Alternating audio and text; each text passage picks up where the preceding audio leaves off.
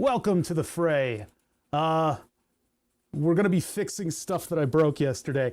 By the way, the snakes that I put on my car, the rubber snakes that I put on top of my car, they seem to be working. At least maybe just the robin has moved on to greener pastures. But the rubber snakes, I saw a couple new poops on my car, but nothing significant and no giant mess from the thing friggin' trying to attack itself.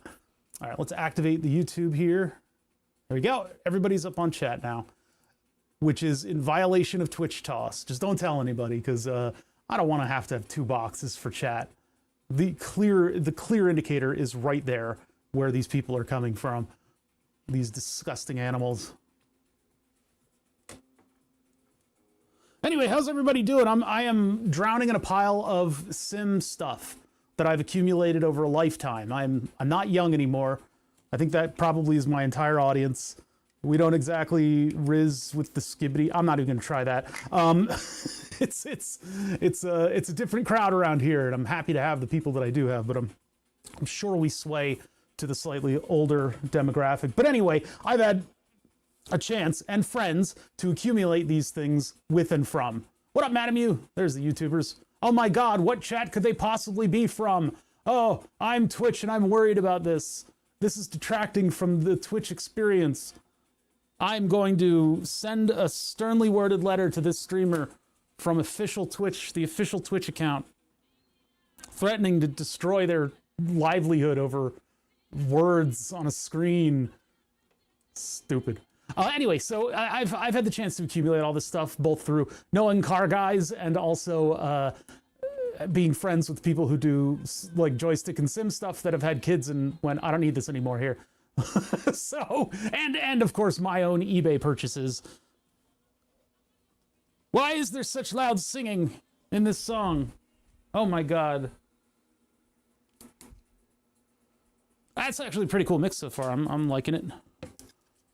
It's been somewhat in the background. Oh, how's everybody doing? Yeah, we were talking to Cyberdunk about their new project car purchase earlier, and that I've been watching Edge Runners, which is supposedly really good. I mean, I don't, spoilers and content creation, you have to sit down and decide like, hey, I'm gonna be like online and public, right? And so spoilers are just not a thing. They're just, I don't care. Not that spoilers are welcome. They're not, for people who aren't content creators who have come to the conclusion that they will inevitably get everything spoiled for them because that's some kind of like a bargaining chip that chat wants to have over you, and you don't give it to them. You just say, oh, whatever, don't care. Especially like if you're moderating too, you just can't give them that advantage over you. And that's it. You know, spoilers don't matter. It's the journey to the spoilers is what interests me anyway. So, but yeah.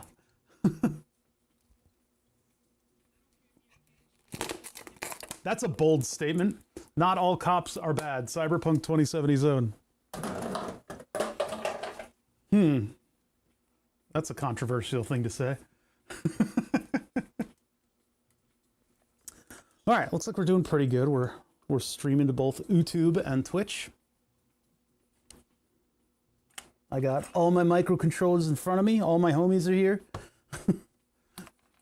It's the whole gang of RP 2040s. Largely, I think the Simpit is going to be comprised of RP 2040s moonlighting as CAN bus devices. Ah, this is all words. No. Stop talking. Stop talking in the song. It seems like a great song, but I want to like, no, we got to find a different one. Nope, shush. I can't have people talking under me when I'm trying to chew the fat with chat. Breakfast of Champions. I don't know, man. I don't know what music to play anymore, you know?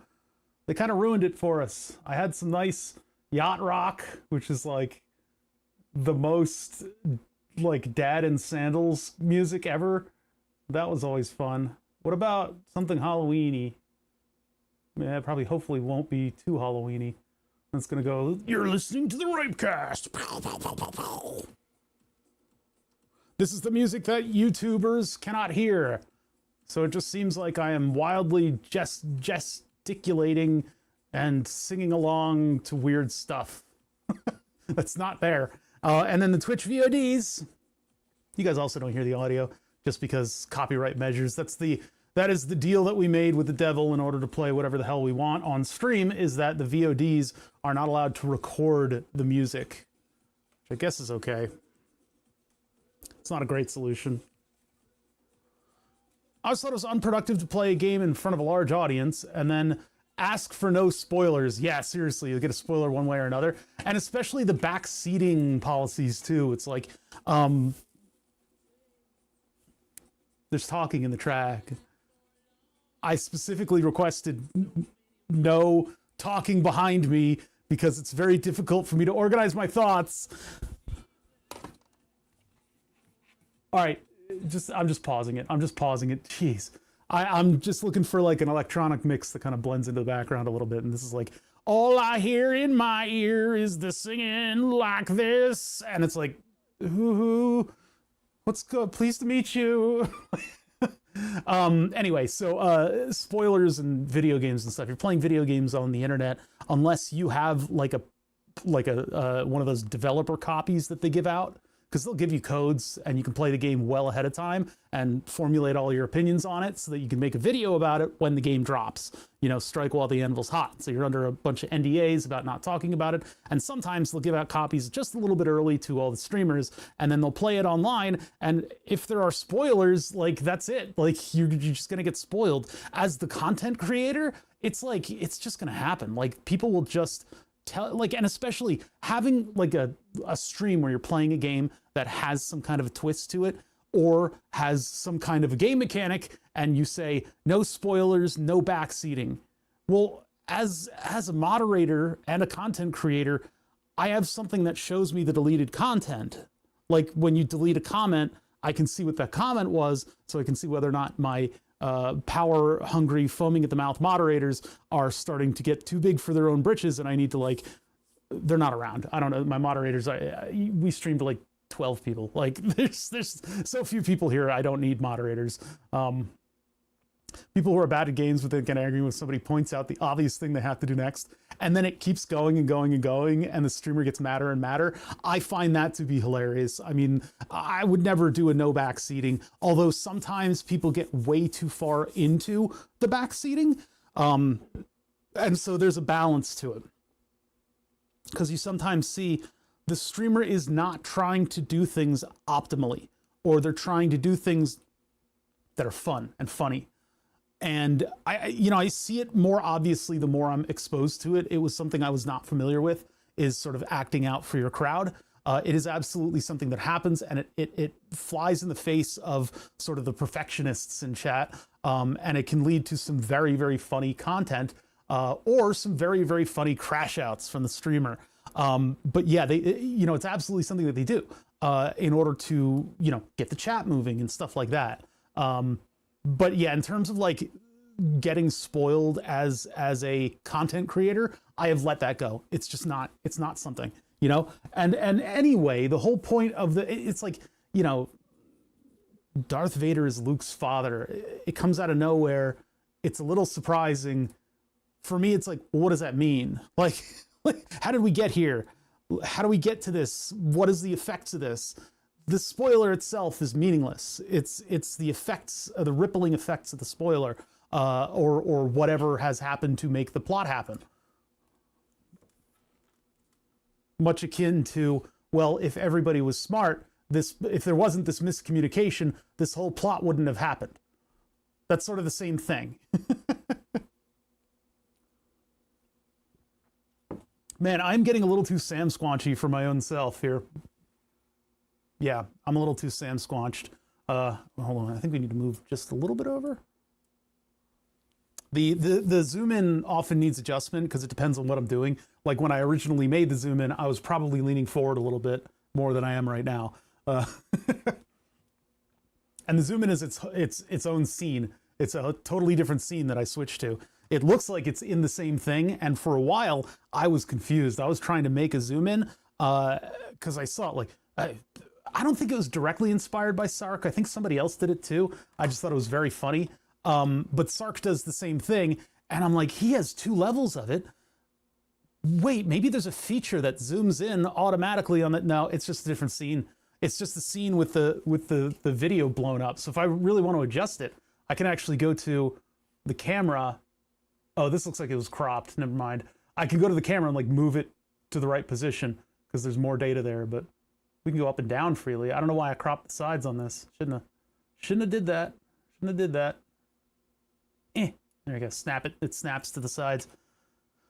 2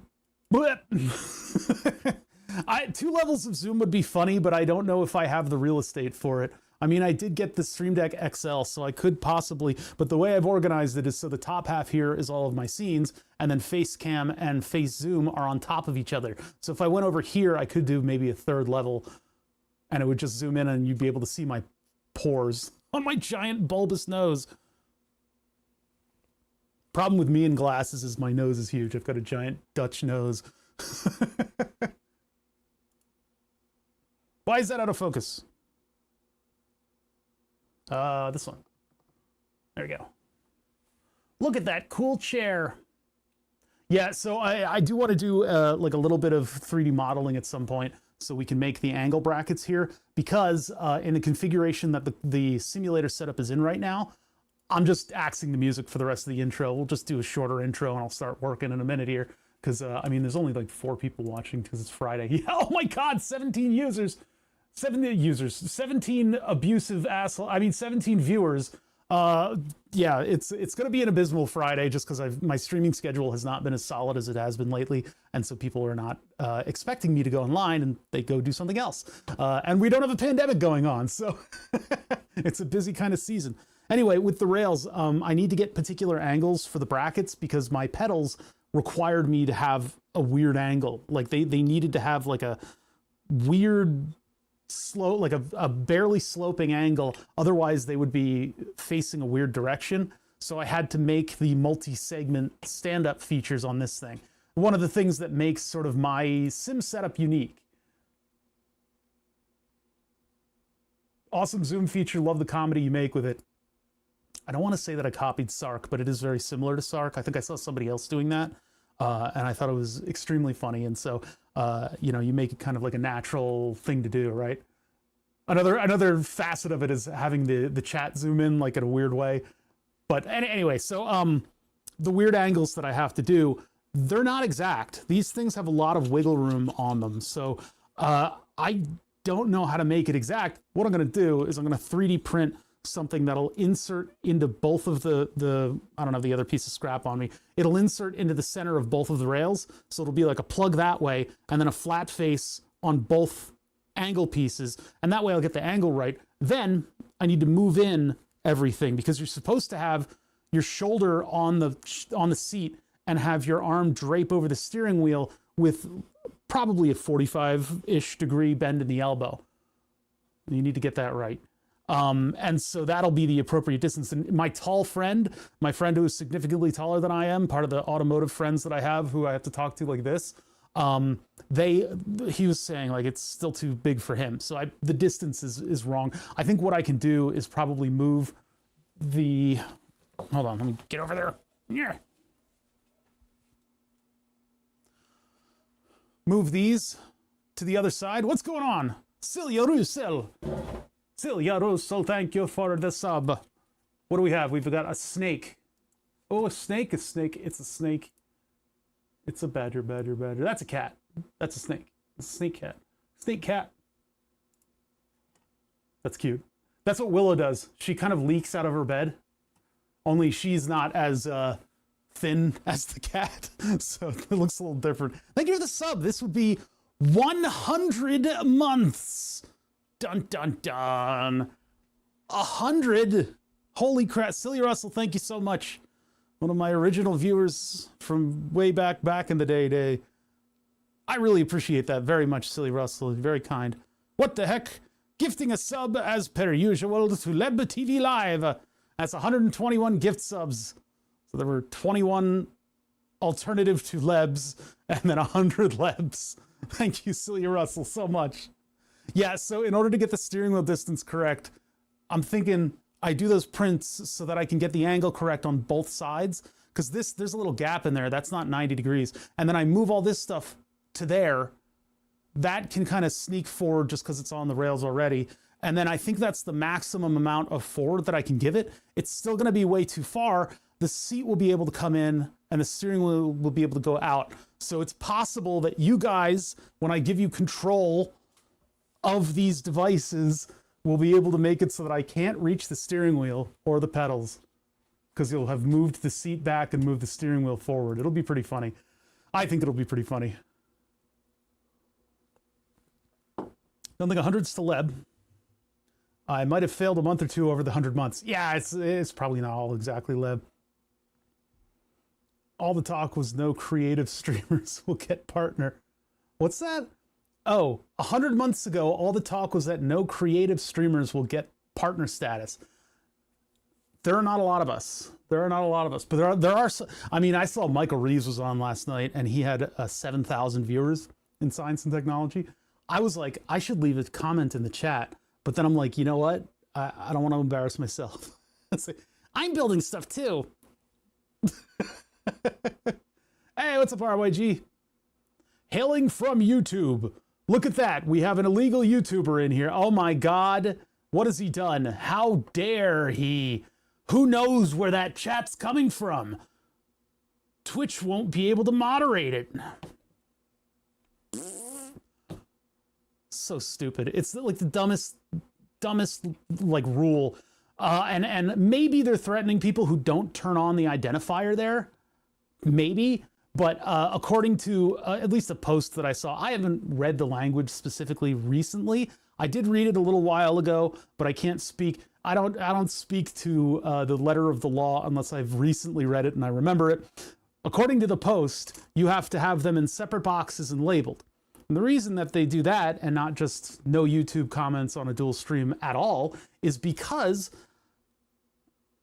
Hassan does it, and all those political wingnuts, those guys all gangbanging each other's drama, they have all of the content. It's like playing an MMO. When you open up one of those streams, you're like, what the fuck is all this stuff? It's just like numbers and letters, and there's a browser open, and there's a Subway Surfers is on in the corner, and this chat's going this way, and this chat's going down, the other one's going up, and the streamer's like, you should be mad at everything. This guy sucks. He's terrible. And it's like, oh, just turn that off. Just turn it off. But apparently those guys who bring in a lot of money and viewers have two chats and they're labeled. So that suddenly becomes the policy magically is, oh, we'll allow it. But I don't know. Having a logo next to the name, I think is legal. I think that makes it legal. But they are always going to be in one box because the stream isn't about you guys. You guys ask me questions. It's about my response to what you guys are doing. And so I want to have you wingnuts visible.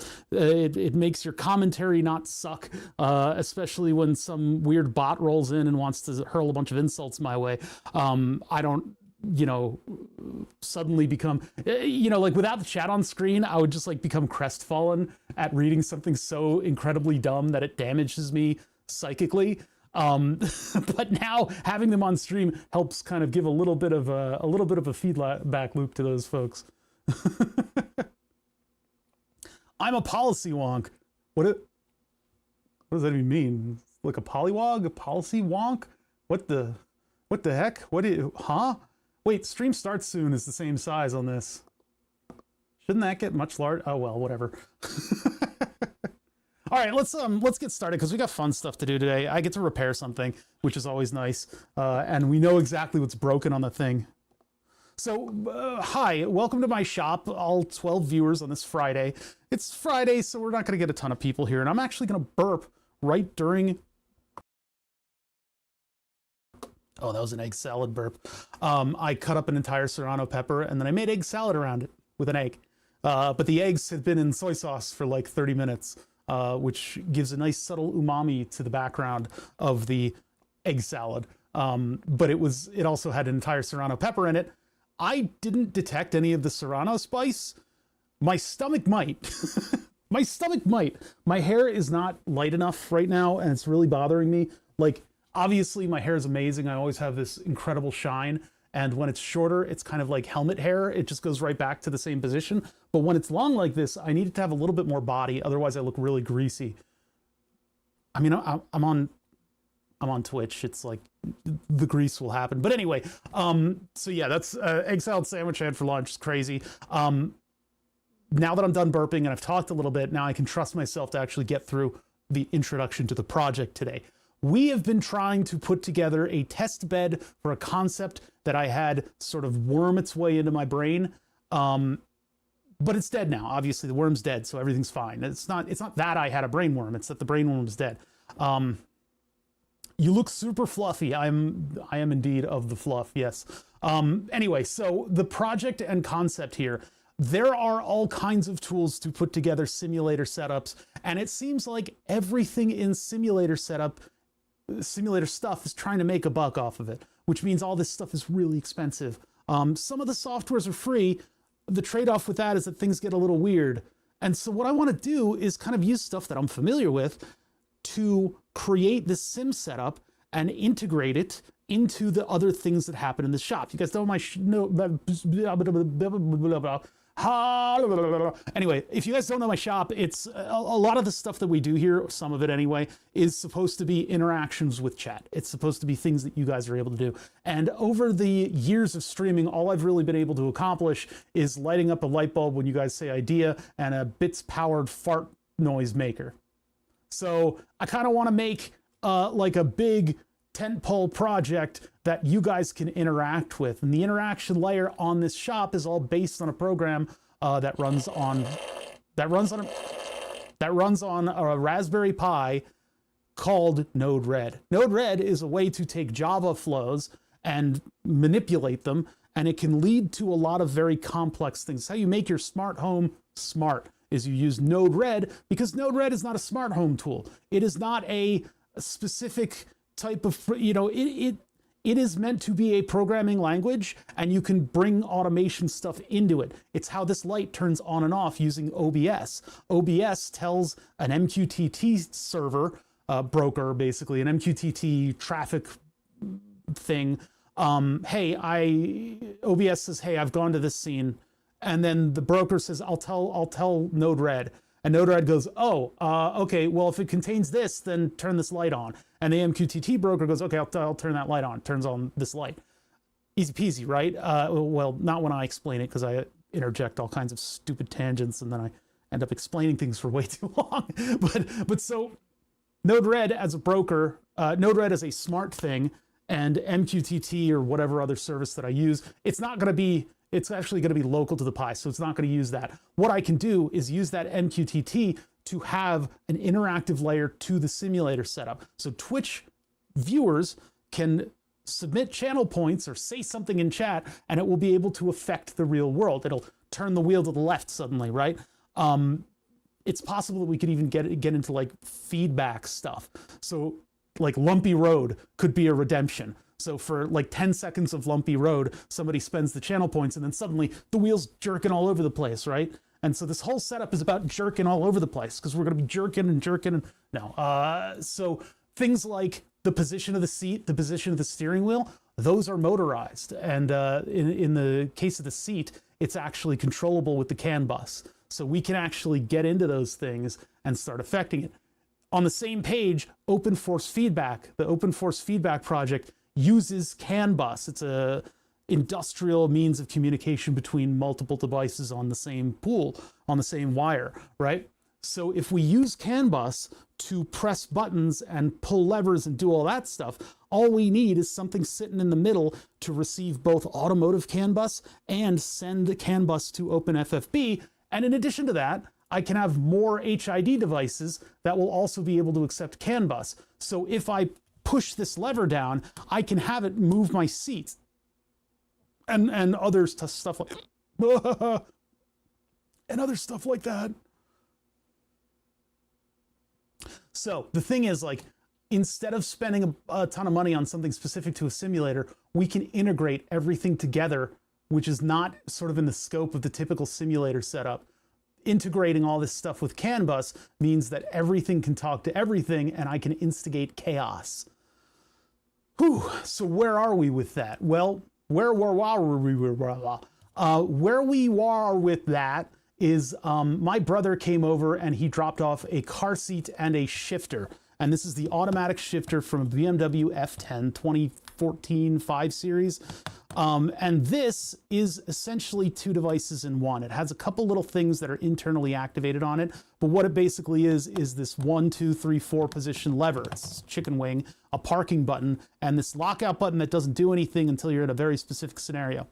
So what we were able to do is listen in on this device. We were able to give it a signal that keeps it awake, and we were able to see position, position, position, position, fuck button. I mean the P button. P, P, P, P, P, P, P, P, P, P, P.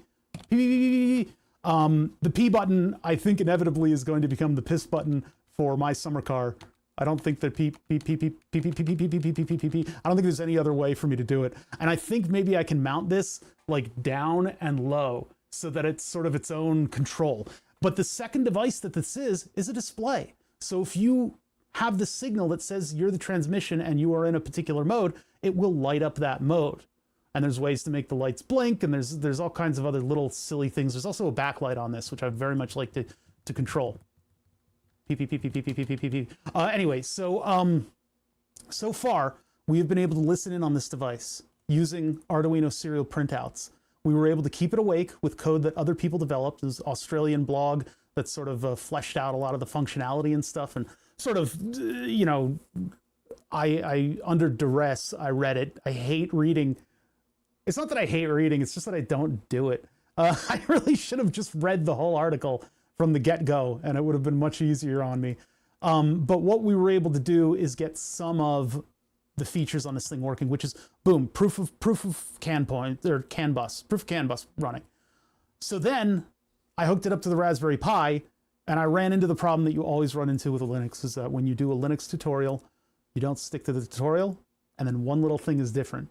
And this little thing was the way that the Raspberry Pi handles, well, the way Raspbian handles its network devices. They changed it. They changed it around. It's a, instead of just like a network full like file that tells it all the settings for all the different network things, instead you have multiple files for the different scenarios of if something goes down, if it's up, if it's, I don't know.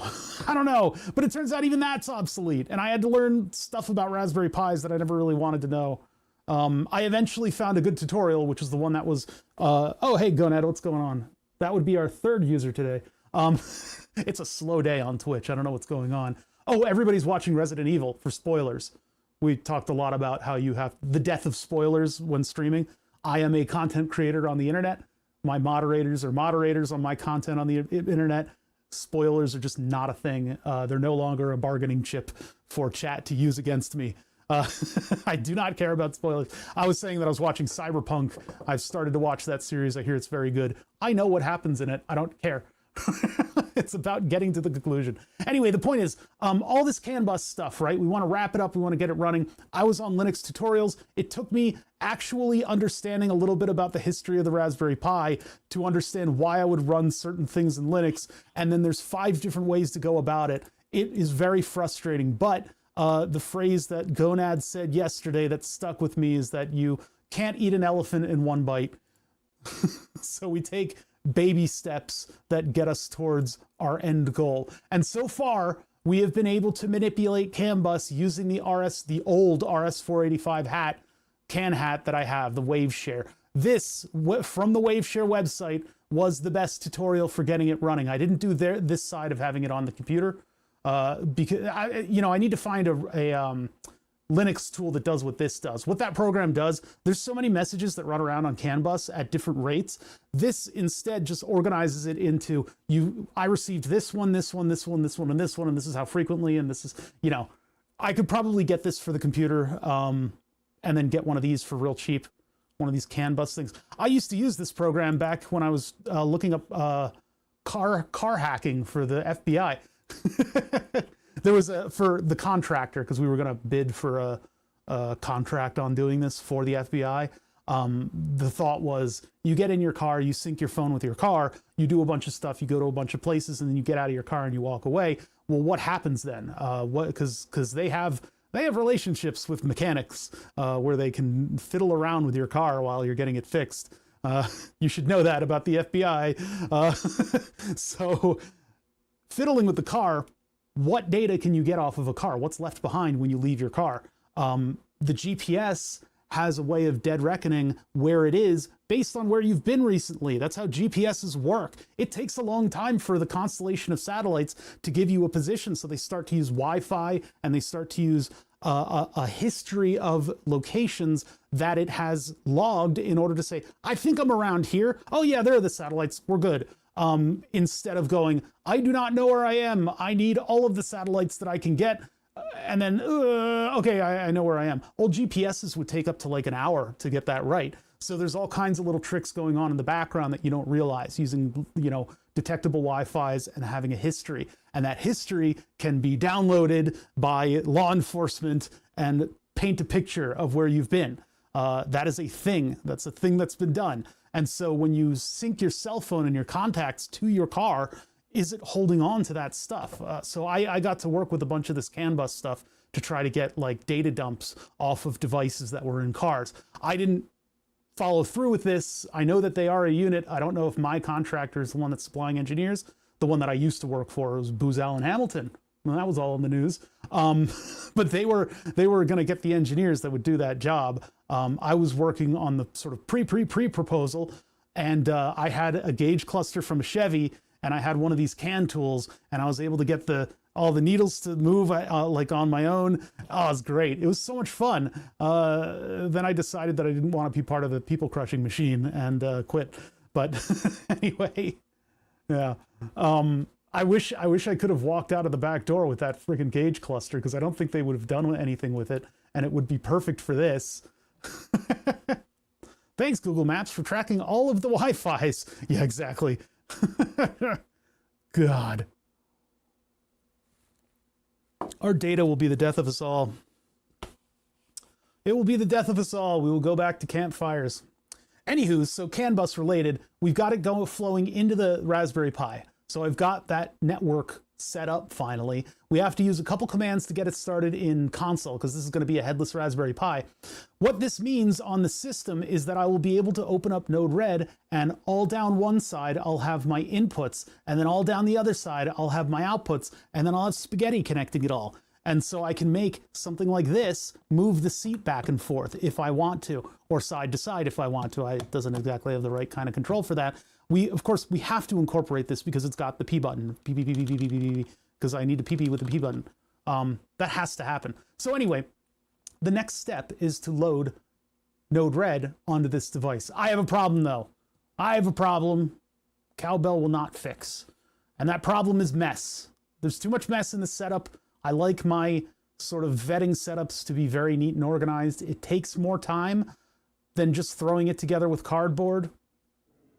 Excuse me, hold on. Haystack Calhoun during my egg salad burps has a watch streak of 15 streams. Thank you, Haystack Calhoun, for your contribution to this unique experience on Twitch. Embrace the chaos. Yeah, so Gonad is more of a mind that you throw it together, and if it works, you put duct tape over parts of it, and then that's it. I don't operate like that, and it's to the detriment of this stream. It actually doesn't work out all that well. I can't do like a Michael Reeves. Let's tape like an entire Alexa to an RC car and call it a robot, because that's not a robot. Rebuilding is an option too. That's true. Oh, the lady who shall not be named just listened to that whole thing. Email delivery is slow. Thank you, Celia, for the sub. She's been keeping those up for quite some time. It's very nice of her. To my benefit. That is nothing. There's very little to do with Leb TV Live, and it's more to my benefit that Celia's contributing double. But Leb TV is also a very good friend of the show. Leb and Celia found the show at about the same time. Leb was here like day 2, but Celia was here like day 3, just because of my beard. I go for that make it exist and make it nice if you can be arsed. Yeah, that is a good way to go about it, and I need to learn from that. I need to do that more. You blew up something without me yesterday. Haystack, I'm sorry. I'm so sorry.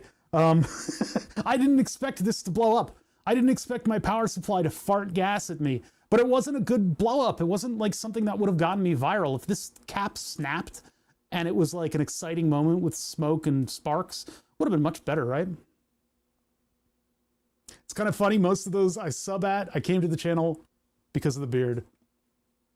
If I ever do anything to harm this beard, there will be riots. I am contractually obliged to keep the beard, and it's been a little scraggled lately. I need to work on it. I need to get the whiskers back a little bit better, because what I do, I actually cut it a little shorter down here so that I have more prominent walrus whiskers. It doesn't work out most of the time. It just becomes this beardy miasma, and this I can't stand. I don't like how uneven that is. Anyway. You want it to look a little bit professional, I can't blame you for that. Throughout my education and my childhood even, the more neat and the less McNasty these setups are, the easier they are to troubleshoot. And that's something that I advocate even if you are doing something on a breadboard for like a lab or something that's, you know, for a personal project. I have seen channels on YouTube where they put a breadboard in an enclosure, and that's the thing that they're operating with. I don't think they've ever experienced the early 2000s or the 1980s of using breadboards where your device will function differently if you do this, right? Or it doesn't work until I push on the resistor. How can you put that into a cabinet and call that? Even the other month, it was Superfast Matt for his Arduino setup, testing the aerodynamics of his you know, super fast car. He threw all this stuff on a roof rack to be like a real world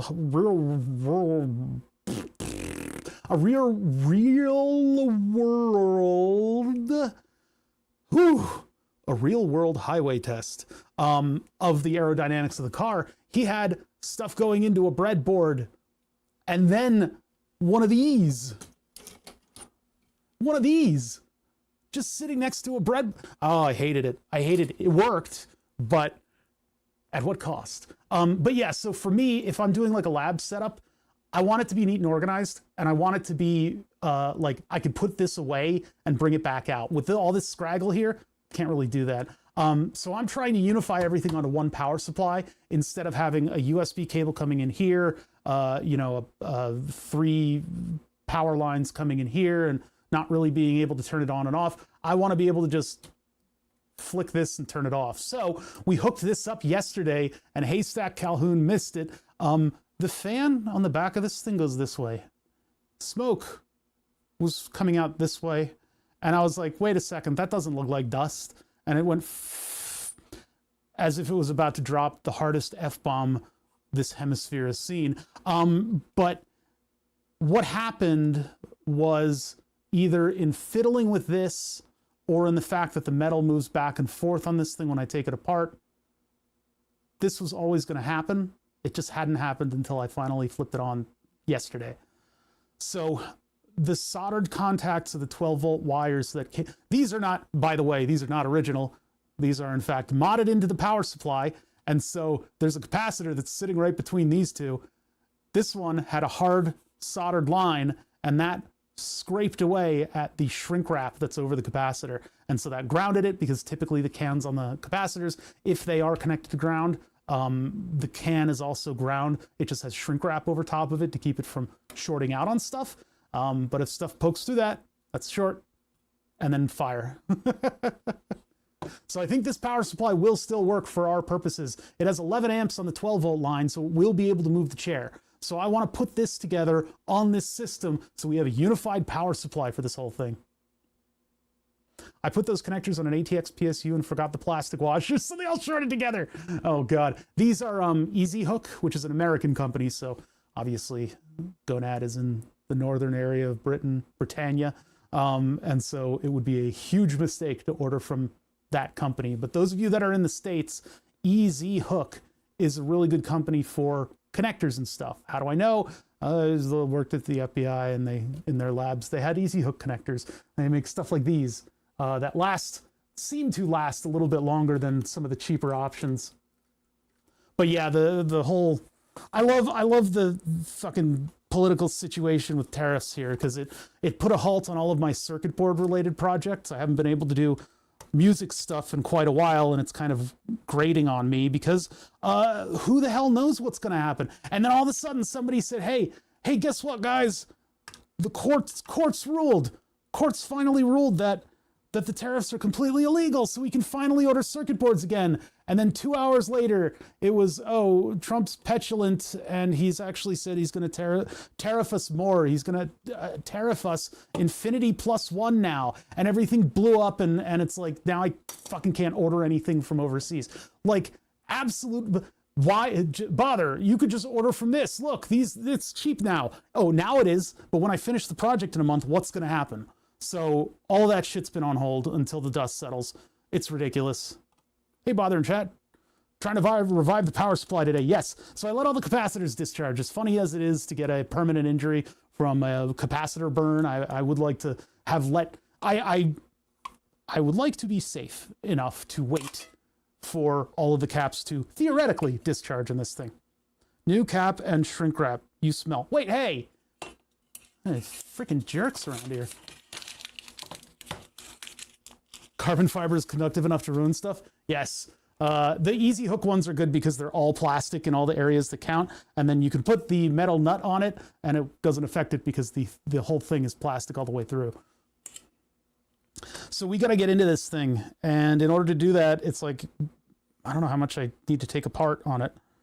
I would like to take as little apart as possible, but it looks like this is a compact power supply, so... Oh, brother, it's a bother. How you doing? Ah, people are filtering in. I just get generic banana sockets on eBay. Yeah, I mean, you got to do that. Let me catch up. Just like when guys make drones with carbon fiber boards and they don't have washers to isolate between the PCBs and things that have exposed copper. Carbon fiber conducting is one of those things. What's up, Dutchmania? Oh, I already addressed your comment. Carbon fiber is one of those things where I can do like an ooh-ah display that shocks people. It's kind of like, you know, a sheet of aluminum being reflective to the thermal camera. The same kind of science channel example is from taking the multimeter and just poking it on two parts of a carbon fiber, and it will show very low conductance or very low resistance between the two because it conducts. It's something that people don't think about. It's kind of a cool little display. Let's see. If I move this out of the way, it's like I got to take apart the whole thing in order to move this board. There's just 4 screws in the 4 corners. So with any luck, we can pivot it. This is the capacitor that exploded right here. And if you take a look, I'm running out of room to push things north. There we go. So you see, right here is where it shorted out. Just a little scrapey on this guy. This little guy right here.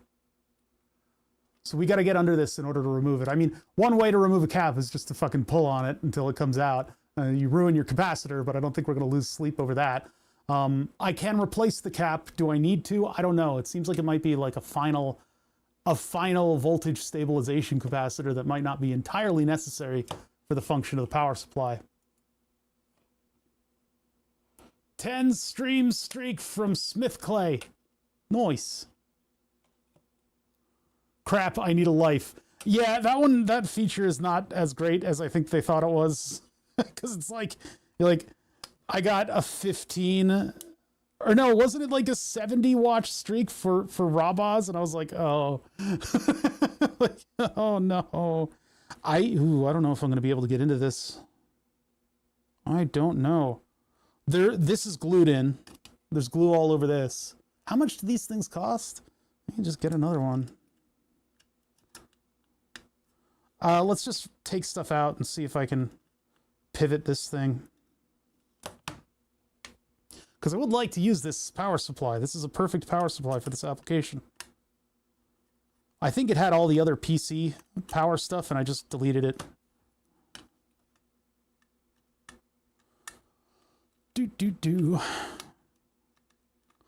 Smaller power supplies like this, I don't often have my friends dropping off. So these are in shorter supply. I could probably go on Amazon and find something similar nowadays. But I don't think it would be very cheap. I think the computer stuff prices they've started to kind of get crazy. And I think everything fluctuating at the same time. Let's just see, 250 watt. what is this thing called? 220-watt flex power supply. Let's look that up.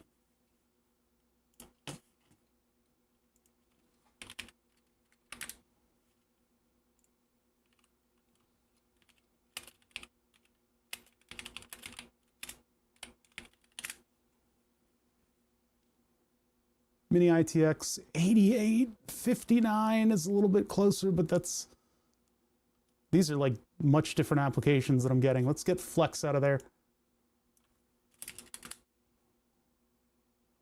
See, now you get weirdo industrial results instead of just computer stuff.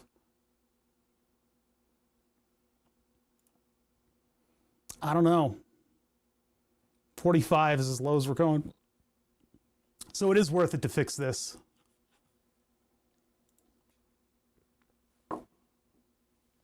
Yeah, my supply of old ATXs is kind of limited because I've been turning down the occasional, I'm getting rid of this. You want it?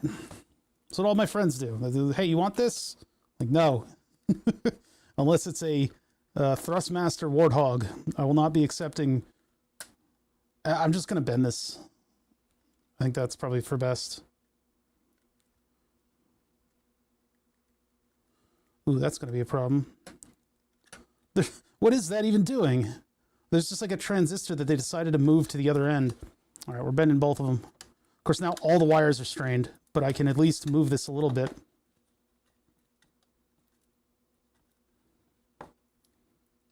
This mod was not made to be undone. This is not made to be undone in any way. There we are. All right, so plastic stuff, you gotta go. And then the capacitor that we're looking for is right here. Yeah, that is just bridging two giant things here. I don't know how much I'm going to trust this thing after I do the mod, but, you know, we've been in here previously to desolder all of the tons of lines, but the cap is connected. Where is that? Which one is it? Between these two. Here and here. Here and here. Get a nice pair of metal tweezers. What do we got? Let's just get rando tweezers. Just make sure there's no capacitance across these. This is not the ideal way to do this, but it's the way I'm doing it. Okay, good. There's no sparking. Okay, cool. So it's safe for me to touch. So those two leads, if I get a giant soldering iron and put them on those two leads, I can just drop the cap out in one go. This is likely to be a one-layer circuit board. I think it is. I'm not sure. I know it's not the best way to do it, but it has sat for a day, so let me get the big soldering iron tip with the big iron on his tip. Oh yeah, it's not hot yet, so I can just grab it. I need to order some new tips for this thing. These are starting to get a little haggard. And we haven't soldered anything in a day and a half. It's been a while. And then on the other side, I should probably, oh, this is a big chunky cap. So I can just grab this with my fingies. And if we get the heat in there fast enough, it should just drop out. It's like that show everybody's watching about hockey. You know, the hockey show? It's just two dudes playing hockey. Pretty cool. There we go. So here's the culprit. Let's take a look at the side damage on this thing. Ah, my dry sponge came out of the thing. Ah! Okay, there. So, capacitor killed. Look at that. That's it. That's what created the hiss. And then heat did the rest of it. Just that little bit. That's all it takes. That's all it takes, kids. That's all it takes. 2200 oof. So 2.2 kilo oof. I don't think doing micro and kilo on the same. I don't think you do that. I think it's peak. What's the next one? I don't know. Whatever. Yeah, no, on the side, because what happened was the stuff that I added to the power supply was too rigid. The solder went up the wire a little bit, and so that rigid piece was right up against that cap. You know, these were not OE. These aren't original equipment. So let's try to find a 2.2 billion UF capacitor and see if I have a replacement. If I don't know if it'll be the end of the world, because that level of smoothing on the very end line, I don't think it's going to be doing too much perceptible. It's probably going to keep a little bit of, what would it be called? Outrush? 2.2 kilo oof. That's one big oof and smoke. Yes. Much smoke, much oof. Of 22 billion UF. I don't know if we're going to be able to find one like this. 16 volts though. Here, let's bring the light in a little bit so you guys can suffer with me. We suffer together.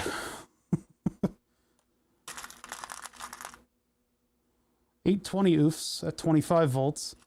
See, I don't know if there's a lot of 16 volt in this kit that I bought. I bought it just to have a variety for exactly this kind of scenario, but we could just put in a similar one that's rated for the voltage.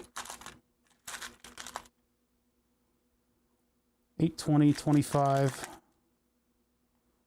Yeah, 820, 25 is looking like the most common one that I have. 22 billion, 25 volt. It's more volts and it's a much thicker cap, so I don't know if I want to use it. Oh yeah, that's going to create more problems. This is going to create more problems than solutions. What this is the same oof rating, but it is a higher voltage, so it is much thicker, and so it will rub up against both terminals. I don't want that. If anything, I want a smaller cap to take its place. 470/50 is like the same exact size, huh? This one's a little shorter though, so this might be our replacement. We're dropping it down in the storage rating, but I think it'll be fine. 1,000 would be maybe closer to spec. It's even shorter than this too. That'll get well out of the way of all the terminals. Nice firecracker collection. Yeah, I know.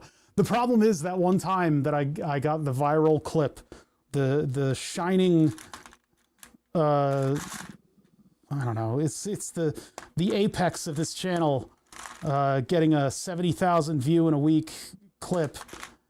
You can find it in my clips section, but this is 1,025, and it's the same one. Okay. Was when a capacitor exploded on me. We were doing stepper motor stuff, and so I had 50 volts going into the breadboard, into a 30 volt capacitor, and you could see on the thermal camera, you could see the thing like charging up, and when it finally blew up, it sent cardboard everywhere. It sent cardboard all over the place, and then all these engineers in chat go, huh, so I guess you've had that happen, huh? Like they're better than you? Oh, first time, kid? Like, shut the fuck up. You fucking assholes. That was like what the Redditors were saying. Oh, yeah, oh, I hate it when this happens. Huh. Oh, you find that funny? It's normal to me. Shut up. Fuck off. Anyway, but that, I was finding cardboard for months. Cardboard got everywhere. And as absent-minded as I am, we haven't had a single capacitor explode since then. So you see these YouTubers who are constantly blowing up capacitors and going, wow, oh my God. They're trying to get a reaction, which can be funny in and of its own. You know, it's okay to get a reaction. But I don't like faking that kind of stuff. I like it to happen naturally. So we're putting in a different specification on the capacitor for this line, which probably means that our 12 volts can be a little bit wonky, but it'll be fine. I think it'll be fine. I hope it'll be fine. It'll probably be fine. It shouldn't be bad. It might be bad. It's going to be bad. It's really bad, guys. This sucks. I got to get the polarity correct. I didn't observe the direction that this was in. Great. Oh, good. Triple cam. How many cameras do you think I have?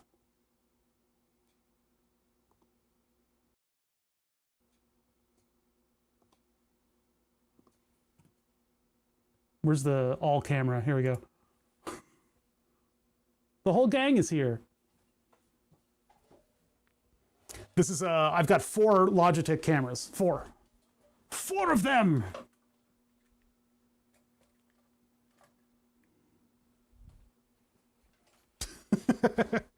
Four Logitech cameras, a thermal imager. I think that's it. 4 Logitech web cameras and a thermal imager. Yeah, that's the total amount of cameras. I would like to add cameras to the system. And if I do add cameras to the system, I want them to be like crappy. I want it to be like crappy views where the color coordination's all off. And not the color coordination, but like, you know, the chromatic aberrations and stuff like that. He has an independent infrared camera for every Logitech. What? Okay, what direction did this face? We can either go by how it blew up or the circuit. How it blew up was on the same side as the positive terminal. And so positive terminal would be facing this. So it would be facing like that. Oh, it's marked. It's marked on the thing. Except which one is the positive? Is the this is the problem. You know. Oh, we'll mark it. We'll mark it, and that way they'll know to install it the right way. Okay. Well, you marked it. You have one that's shaded and one that isn't. And typically with capacitors, the white one is negative, except in this case, your silkscreen color is black and your substrate color is white. So when you mark the negative terminal, you're marking it with black, and that makes the other one white. So is the other one, the lighter one, the negative? I hate it when they do stuff like this. And in this case, the one that is labeled is in fact the negative terminal because it blew up on the positive side. So if it blew up on the positive side, that means our cap is going in like this, and the one with the marking is the negative terminal. The other way that I hate marking positive and negative on devices is the long lead and the short lead. The long lead and the short lead are not there to designate which one is positive and negative. They are there for the person that has to install these in a factory. It's easier if they are offset lengths because you install one and then you drag over to the other terminal. And then when you install it, you cut the leads. So there's no purpose in having, you know, they do this with LEDs all the time. They say the long lead is the cathode. Don't rely on that because it's the least reliable way to figure out what terminal is what. I really despise labeling them like that based on length because it's literally just for installation. I'm not mad at you, chat. I'm not mad at you. It's okay. I'm sorry. My dog got snippy with me today. I can't believe it. She talks back to me. She was digging in the snow. She was very interested in something that was in the snow. And she was digging and digging, and she put her little muzzle into the snow. And then she started eating something. And I said, Willow, stop eating something. And she didn't even look at me, and she kept eating something. I said, you gotta stop it. Because, you know, what the hell are you eating? Is it mercury? Is it lead? Is it rat poison? You're gonna die. So I had to get her off of it. I stomped my foot, and she lowered her ears and growled at me with a little tiny snarl. It was her talking back. Oh, oof, you little jerk. I had to pull the leash and get her off of it. She was not happy with me.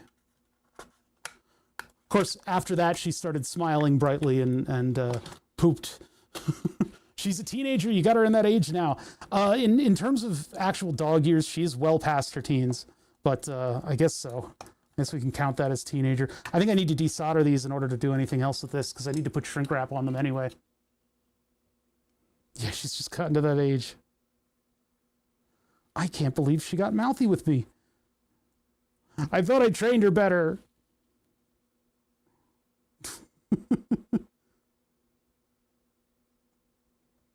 But like, girl, you eating poop in the snow. You know you're not supposed to do that. That's why you got mad at me. You ain't supposed to be eating poop in the snow. I get even more aggressive back towards my dog. I snip that shit. Yeah, we typically nip it in the bud for stuff like that. She knows she's supposed to listen to me, but she's also a very smart dog. So she will she will get a little defiant, but we had a good walk overall. We saw her buddies, all of her friends that she's always looking for her friends on walks, and we ran into all of them on this walk. So she was forgiven for getting a little snippy, but she's got a bit of a mean streak to her that we got to watch out. All right, so these are going to get shrink wrap. Actually, they don't really need shrink wrap. This is probably what I said last time, and the reason why this thing blew up.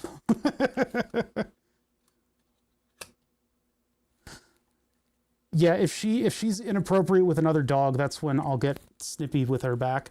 Like if she snarls at another dog, I nip that in the bud and come at her basically. So I may or may not be instrumental in teaching her to be snippy at things, but still. Love my dog, but I can't have him getting aggressive towards anyone. Yeah, exactly. I mean, with a corgi, it's kind of cute, but it's not something that can... Not something that should happen. Sorry, I'm burping. I'm burping and talking and burping. Is that like talking and walking like they do in those shows? Sort of, but it's burping. Burping and talking and burping. This 2-wire method may have been a mistake. I think I can get it soldered though. Oh yeah, with a boxer pit, yeah, you've got to be real strict about that. I just hate being the person with the dog that's going crazy, because Willow she's a little corgi, right? But she can still be kind of intimidating and you know, have kind of bad dog behaviors, and I really don't want to be that person with the snarling dog going, oh, you know, Cupcake is really just a very nice dog, and you know the dog's sitting there like trying to murder. It's in murder mode. I don't want to be that kind of a dog owner. If I didn't just melt the connector, I would say that I've had to struggle with this before because of the melted connector. You son of a bitch. I'm going to add like a ton of solder to this, and it'll be just a big solder blob. I wouldn't fight a dog even if it's a corgi. Yeah, they got little needles in their mouth.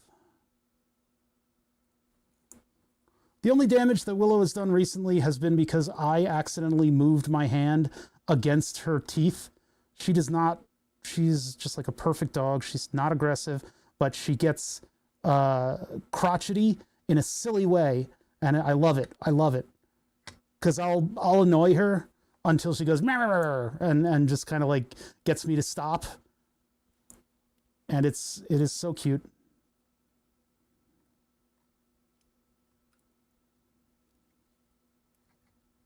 So now the capacitor won't be as tall, like me, so it'll be less pokey against my terminal here. This has gone bad. This has gone bad. Hold on. The forceps are probably why the thing was weak in the first place, because I think the way that I did this was I snipped both of them in the forceps, and then I soldered them on simultaneously. Ah! Just threw solder all over me.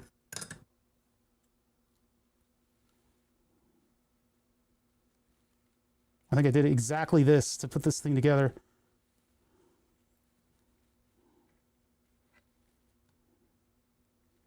Geez, those are not cooperating. We'll have to observe this thing as it goes together to make sure that it's not going to short out again. But I think we'll be okay. Oh yeah, that's going to damage the silicon if I squish that too much. Probably shouldn't be locking the forceps like I am.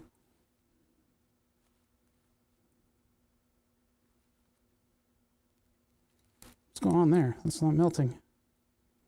Just a lot of thermal capacity on this.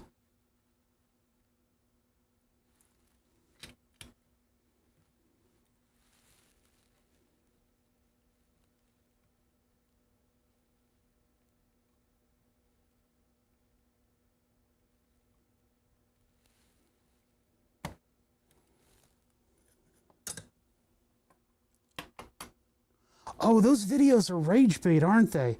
The ones where the cat's acting up, like acting crazy. The example that comes to mind is the one with the catnip container. And the owner is holding their phone and just like, no, no, you have to, no, you can't do that, kitty.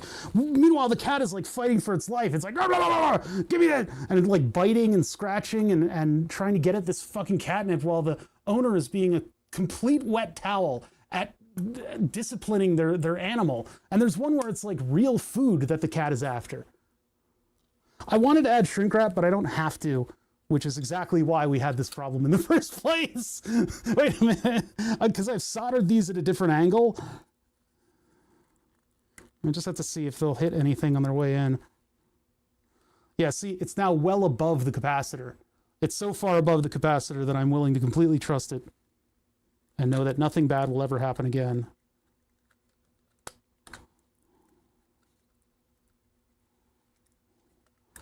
Boy, who did this to this power supply? Jeez. That wire probably should have been under the two. Oh well. Oh well. See, now the frayed end is on the inside. Everything is completely solved. You watched a crazy one. The ones I watch are very playful. The cat seems to enjoy it. Yeah, this one was much different. The cat was fighting for its goddamn life. And one of them was with like a fish. There was like a fish on the table and the cat's fighting to get the fish. And the owner is barely holding the cat. And the cat's like scratching and holding onto their arm and stuff. And it's just like, whoa, dude, punch the cat. Like, this is unacceptable. This cat needs to learn that this is a never activity and not a fight for your life activity. Don't forget to add another sticky note for future you. The sticky note was covering some of the vent fans, so unfortunately I cannot do that. What up, Poopsie Doo? Yeah, it would be good to add, like, under the plastic, just add a sticky note that says I stink or something. Boy, howdy, you stink. But the thing is, I probably would never see it, and the sticky note would just be kindling for the inevitable explosion fire. Punch who now? The cat that's like assaulting its owner in order to get at the owner's food. These are rage bait videos that people put out there. Punch the cat in your viral Hassan moment. It would be a much lesser than what the cat has done to you already, according to those videos. Those cats are like really damaging their owners to get at the food item or whatever. One of them is catnip. I forget what the other one was. I think it was like a fish or something like that. I mean, I saw it and I'm like, man, this is eliciting a response out of me, which means that it probably was supposed to in order to get engagement. But, you know, get the squirt bottle and squirt that mofo in the nose. That cat needs to be squirted pronto. Or make a funny noise that your cat hates. You know, something to tell the cat that this is not acceptable. But instead you get this sort of, the owner's just like, yeah.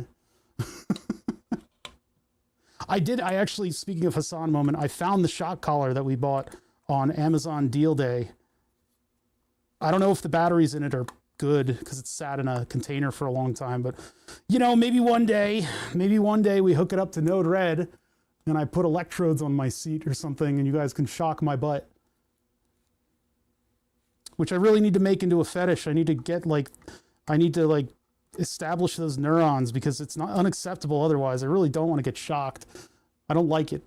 We had this toy in college, a sex toy. No, I mean just a regular toy. It was a little like 4-person game, a sex game. No, just a normal game. It's a normal game where you had this little handle with a button on it and the thing would make a noise for the beginning of the round and everybody would, you know, buzz in that they're ready to go. And it would then, at a random interval, tell you all to hit the button. But if you hit the button early, you would get shocked. If you were the last one to hit the button, you would get shocked.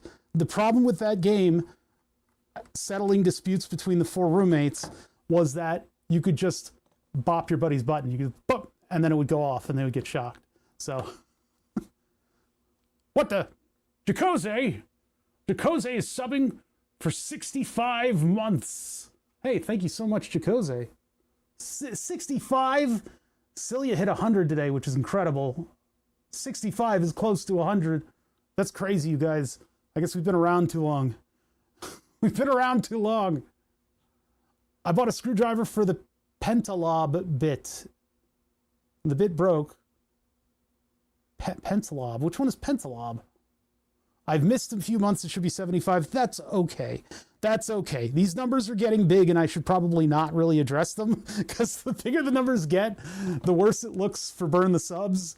It's like, wow, 7,000 month sub, 85 of them while the board's been down. I need to work on it. My camera's loose. Hold on, sorry. Yeah, by all means, everybody should have missed a couple months here and there because they have lives. I hope you guys are living your lives. I appreciate you all being here more than anything. I love you guys. My crowd is wonderful. I hope you all are busy. Pentalobe is the Apple bit. That doesn't even help. That doesn't help. Torx, the best screw. Torx are the best screw, and it's demonstrably better than any other type of bit. A friend of mine got a Torx set from Germany, and it had entire paragraphs in the booklet to say why it was better than everyone else. This is 6 points. This is not Torx. 0.5 millimeter, 5 point. What the hell is that? 3 point, 4 point. I can't even see the bits. All I can see are the I can just see the label for them. Is it that one? That's 5 point. That's the one. What the heck? That's for iPhones. Listen. Listen. This does better than the 5 point bit. The 6 point ones, even the security Torx, those are my favorites. I don't know where my Ertlurker block of wood went. That was my favorite. Oh, here it is. Oh, we still have the example. So this is the Ertlurker. It's short lurker, but it's cut off, so it's Ertlurker. Listen, security Torx are my favorite bit. Look at that. There's no way we'll be able to unscrew that. It's impossible to unscrew this bit. It is just, we'll never get enough torque into it. We're gonna have to buy a whole new set of screwdrivers to get at this thing, because there's just no way we will be able to put enough torque into this security bit. We can't get in there.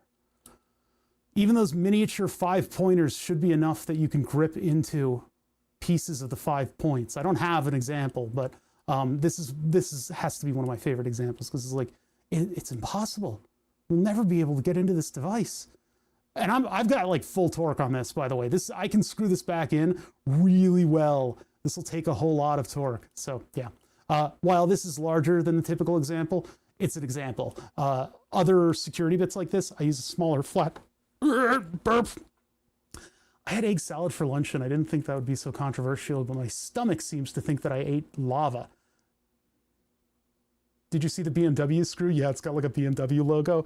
I have a feeling the same exact fate. I was actually thinking about 3D printing that screw, because I think it would be easy for us to reverse engineer, because all we need to do is get a vector BMW logo and put it into the top of the screw. But I have a feeling this exact example is going to count for that too. So just like your 5 points, this 6 point security example, same thing. It doesn't matter if it's security or not, because I would just use a larger flathead to go from lobe to lobe, and not directly across, but you can do these side lobes and still get enough torque into it that you can screw and unscrew the bit. Thank you so much for bringing up the weird security bits, because I get to show off this little bit. One of my favorite bits. I love it. It's just so stupid. All this, we finally did it. It required a whole new line of machines, and each screw takes about an hour to form. It's about 7 or 8 machining steps. But we finally created a bit that nobody has. You have to get the bit with the hole in it that we're not distributing openly, and there's no way possible that they would be able to. Oh, they just used a flathead to get right into it. Okay. I have a friend with wire EDM machines. I'll have him make a tray of BMW bits and I'll sell them. What logic goes into the head designing of a screw?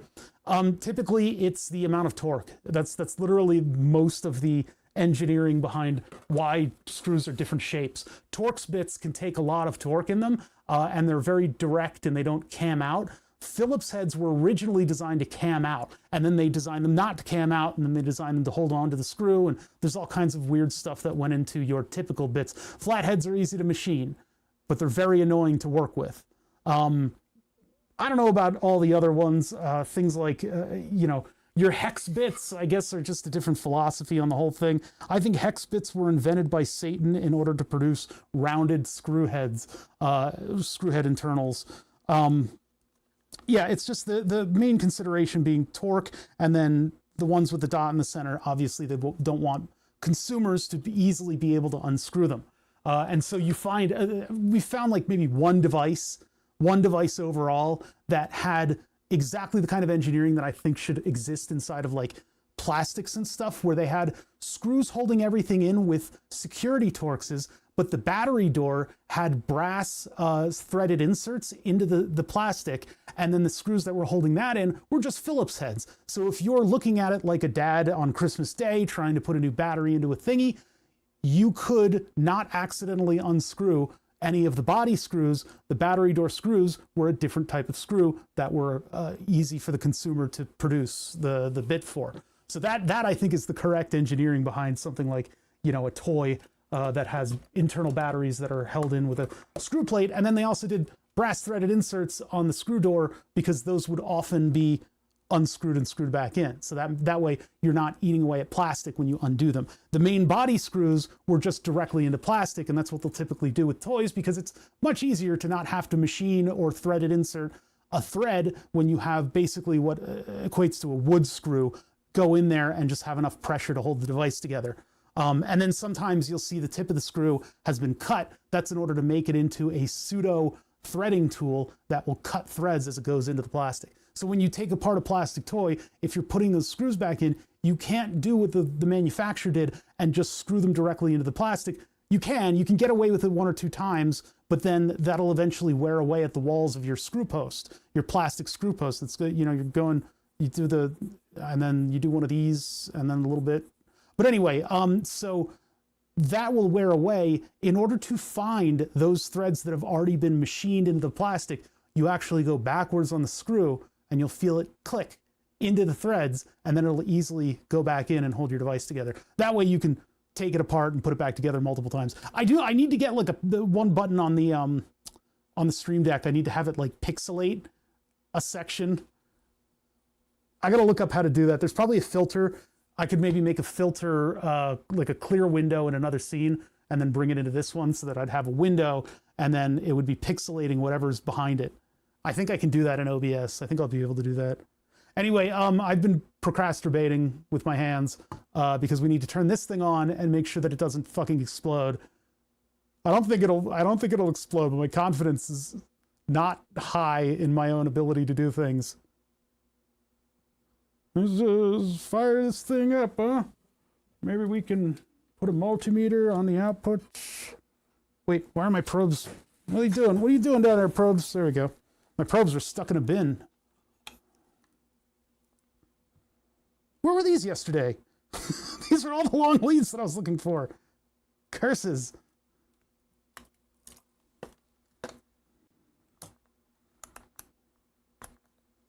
Okay. Oh, please don't explode. I really don't want, I don't want my ears to be ringing today. I was thinking about a flashbang. Wait, what are we talking about? Why unsure? It's a solid gear PSU. It's true. It's very solid gear. This gear, solid. It's not liquid. Yeah, that's the gonad emote. Thurston Waffles does not belong to Flatulent Gonad, but Flatulent Gonad put a lot of work into making just a buttload of Thurston Waffles emotes for his channel, and they're awesome. And now, by association, don't do that to me. I think Thurston Waffles is Gonad. It's creation. No noises? I hear the little fan. It's doing its best. I don't want to get too close to this thing. 12.5. 5.1. Not that I can adjust that. Okay, well, Yeah. It's making a little noise from the fan over here, but there's no hissing. It works perfectly. Always knew you could do it. Yep, we've done it. We've done it. We did it. We replaced the capacitor with a slightly different capacitor. That's almost exactly the same thing. It's got a higher voltage rating, so it's even more robust in this 12-volt system. I don't know where they get off putting a 16-volt cap on a 12-volt line. I guess they were trying to save money, but you really shouldn't cut it that close. Yeah, Jacose, I don't know if you were here yesterday. You probably weren't, but you missed an actual, well, not really a bang and a flash. It was a hiss. What happened was the 12-volt lines. See, these are, you haven't noticed, these are not OEM. These are not original equipment. I've added these in, believe it or not, along with the power switch, which turns on the ATX power supply, right? So this turns it on, ground, 5 volts and 12 volts, desoldered everything else. Believe it? Yeah. Actually not. This is a common thing to do in, I'm not talking specifically to Jacose with this one. This is more for the people who don't know a lot about electronics. This is a very common thing to do.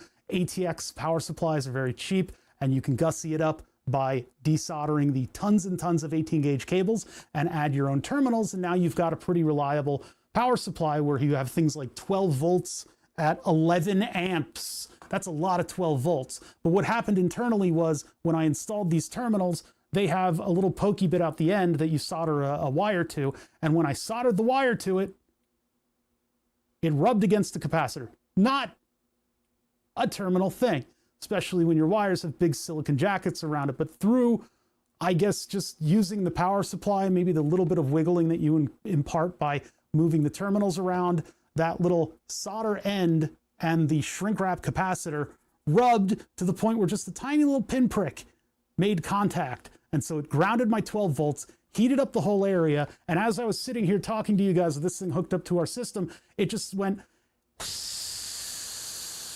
and I was like, is that dust? Is that dust coming out of it? Because the fan goes this way and the hiss was this way. And it was just this barely gray smoke that I saw flying around. Yeah, apparently the little wiggle from the boop blew it up. It blew up. It outgassed in a non-dramatic way. That goes to show this stupid show, the chance to go viral on the frickin' internet and have a capacitor explode and something exciting happen for once, just because I am too stubborn in my laurels. I am too, I don't know, whatever. I'm not going to purposely fail. I could have soldered this one in backwards and we would have had a big pop and it would have made more content. I'm not going to do that to you guys. I'm going to be more honest. I think there's a command for it, but I forget what it is. It might be clip, exclamation point clip. I'm not sure though. Back when I worked at an electronics retailer, we had a line of PSUs in our pre-builts that had a tendency to go bang if you put too much of a load on them, huh? No, I guess it's not clip or cap. It might have gotten purged. We had too many commands at one point, and I went through them all and only kept the lucky ones. We don't have any unlucky commands in this channel. Okay, so the other thing is that if we put 5 volts to the Raspberry Pi, it does not turn on. Put some celebratory caps. Yeah, just hook a couple up on the ends of this thing. So I need some way to get 5 volts into the Raspberry Pi, even though it's not going to be the right 5 volts because the Raspberry Pi is just a baffling piece of hardware. Why would they do that? I guess they wanted it so that you would buy their power supplies because it needs like 5.1 volts. And if it gets 5 volts, it has a little hissy fit, which is just the dumbest thing that I've ever heard in my entire life. It's so dumb. You can't have a monopoly on something like 5 volts. You just can't. And I guess they wanted to ensure that the Raspberry Pi would be hooked up to a power supply. You know, if you want to frame it in their favor, that it would always be hooked up to a power supply that's capable of providing the current demands of the Raspberry Pi. Now, I looked in this drawer about 17 times to see if my thingy was in here, to see if that switch was in here, and it's not. I really wish it was. What is this breakout board? Oh, this is USB. I could have powered our little test setup with USB-C. This will output 15 volts, but then I need a bunch of other power converters on it. So let me just see. I've got USB plugs in here. I don't know if I have a breakout for like a male USB micro. Here's some stuff. These are sockets and stuff. Yeah, that's not gonna do it. Not gonna do it. And then they didn't give us a no, they don't give us a power supply hookup on the thing. They really insist that you buy their wall wart, huh? I don't appreciate that about Raspberry Pis. I'll read up on chat in a minute. If you haven't noticed, I am currently crouching, trying to fish a plug. That's the wrong kind of, do I have any other? No. I should probably buy something that's like that, like a male USB micro, because these are all sockets. These aren't plugs. I guess I can break a plug. I can break apart a plastic plug and make one out of that. I've had to do this a couple times where we power the Pi off of, you know, in like a system setup. Here's a bunch of stuff, but I don't think it's the right stuff. What are those? What are you? Oh, USB-C sockets. And then those are breakout boards for USB-C. I gotta remember that I have those. More USB-C. I have a bunch of USB-C sockets from repairing Octajay's tablet. What's all that stuff? I don't think there's one in here. Miscellaneous connectors. I wonder if I've got the socket for the, no, it doesn't look like it, for the joystick stuff, because that's a unique socket. We're gonna have to find one of those and order it. Order a couple of them probably. All right, so I don't have anything USB like that that's not a cable. So we'll have to get a cable and tear it apart. The ever-present USB micro cable.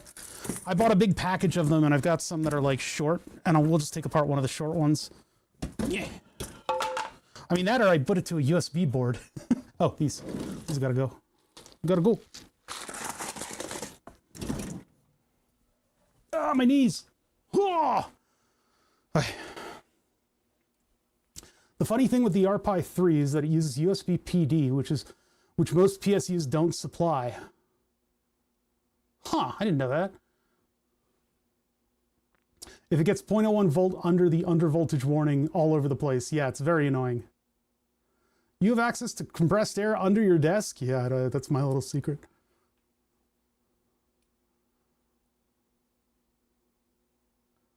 An old version of PD. I've never heard of that. Well, okay, hold on. We'll find out in a minute. Let me just get one of these cables that I bought. I bought a big pack of these. I gotta find where my USB cables are all the way over here. I got a big box full of them. Should be able to find just one of the right thing.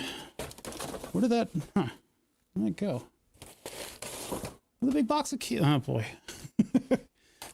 Big box of cables. Where did you go? You might have done something with the big thing of cables. Oh no, there it is. Perfect. Okay, that's what I was looking for. Sorry, you guys can't see any of this. I didn't want to flash my butt around on camera.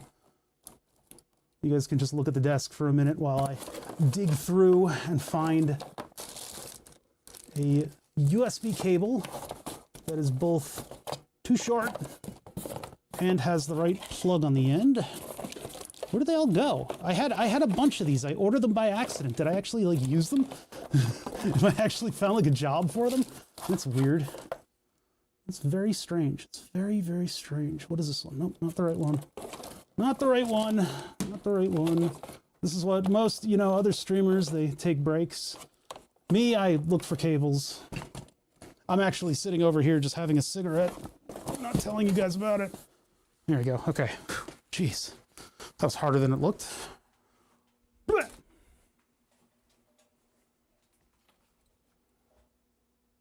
Might get more views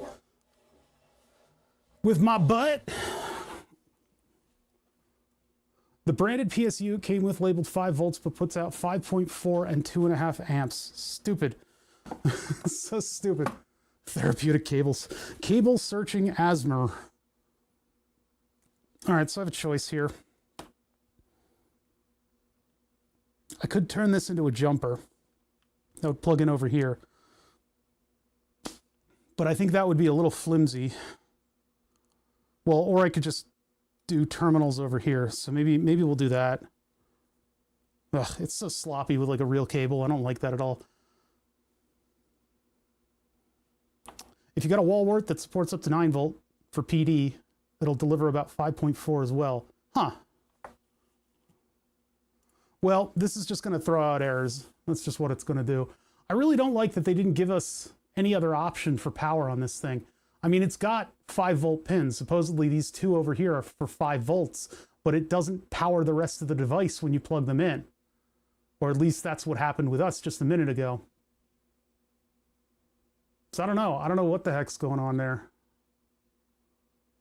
But I guess if you've got PD, it'll function probably. It's weird.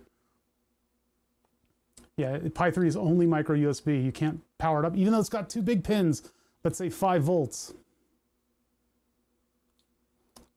The Pi 4 was the first one to support it. Jeez.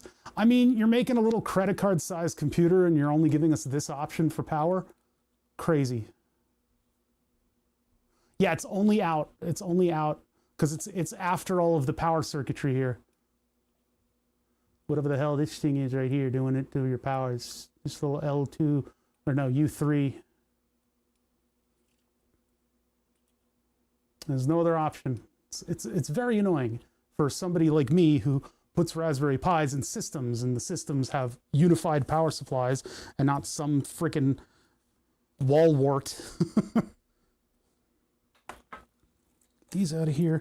I was hoping I had like a little breakout board for the plug on this side. I'm gonna see, just take one look in here and see if I've got one. I don't think I have that. I should have that. That's a very useful thing to have. It's just these little breakout boards that have like the USB plug on them. So I could just plug it here and then use jumpers. But I sadly do not.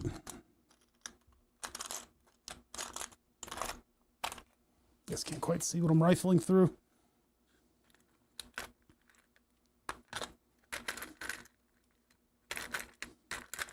So the snakes on my plane, the snakes that I put on my car, I bought these semi-realistic rubber snakes that, what was this one? This is like a cool board. Oh, I think this is a motion board. This is an accelerometer, like a 6-axis IMU. Why do I have it? But I bought these rubber snakes to put on top of my car because a robin, it's that season, and a robin was antagonizing itself in its own reflection and shitting all over my car. And so I put these 2 rubber snakes dangling off of the edges of the car, and I think they've mostly worked. I don't think they've worked, but they've sort of worked because there's no like major conflict poop all over my car. There's a couple poops, and a couple poops are better than the absolute fucking avalanche. Yeah, bird brain is right. The avalanche of fecal funny that hit my car. All right, so this thing over here. You can power the RPi 3 via the GPIO pins, but there's no protection, so it's easy to let the smoke out. We tried giving 5 volts over here, and the LEDs didn't even turn on. Unless we didn't actually give that a go, and maybe I got the voltages wrong.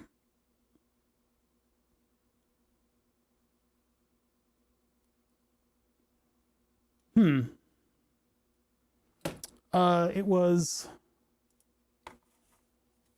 where is it?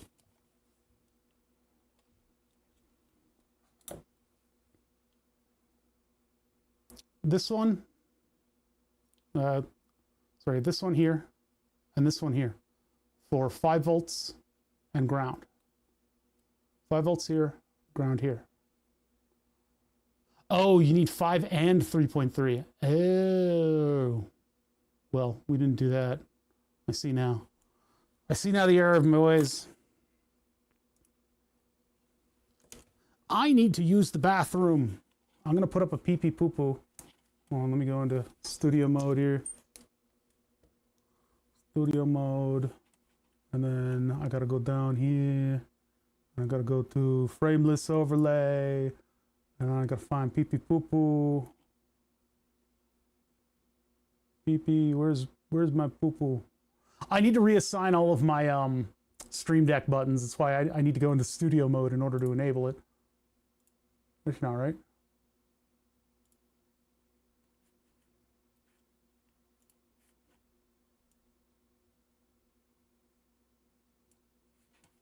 And then a BRB2.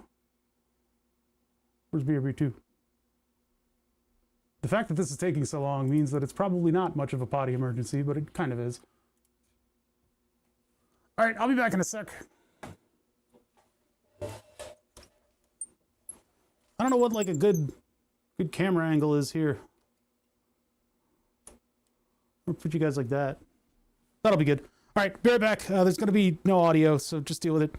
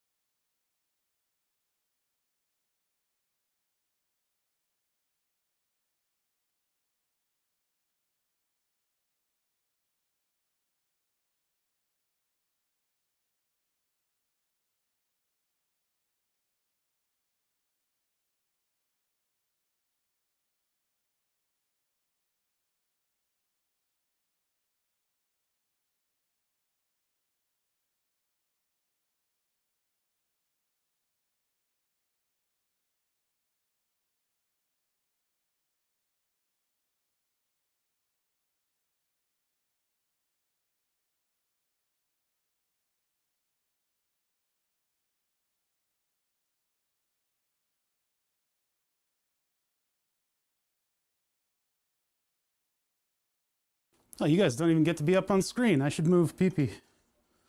Okay, I'm back.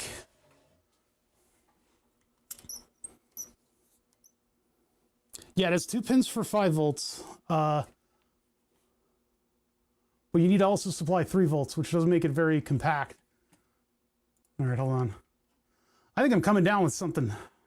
I don't know. That or just something I ate.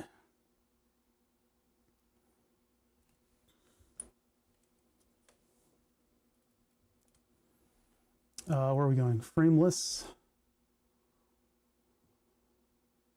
Overlays. People, people, poo. And BRB2. You only need 5 volts? Is that true?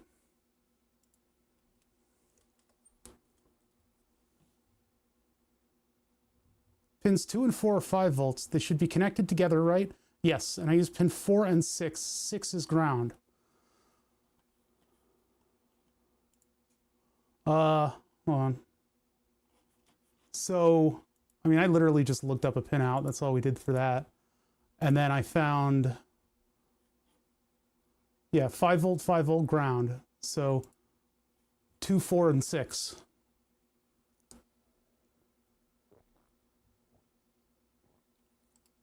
Oh, this is not helpful. Where are we? I think I closed it already. It would be nice if the can hat had a little power supply on it. Take a look at the PoE wiring stuff for Adafruit. Let's see. I want to get this right. Yeah, for the systems engineers, having this USB plug required is very annoying.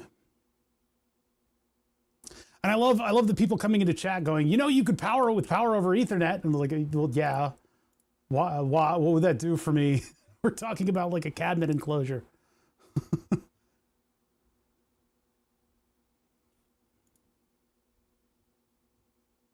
They have you go into that little guy.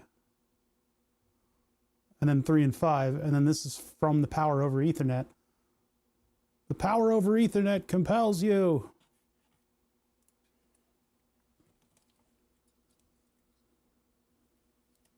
How are there 4 jumpers there? We only have 2. Weird. Are they like doubling them up? That's like such a thin trace too.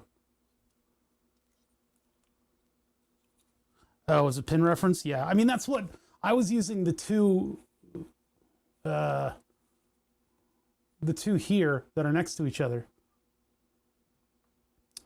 Beep test on 2 and 4, yeah. Let's do that. Look at how interactive I am with my chat. I just ignore them all day.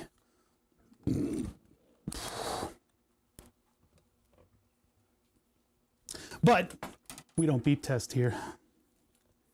We ohm it out. We ohm it out with our ohmies. What up, ohmies? Dun, dun, dun. Wait a minute. What the heck? What the heck is this guy doing? Oh, that's volts. Wait. Oops. As well, there should be 0 volts between those two. These guys are ohmies to the end.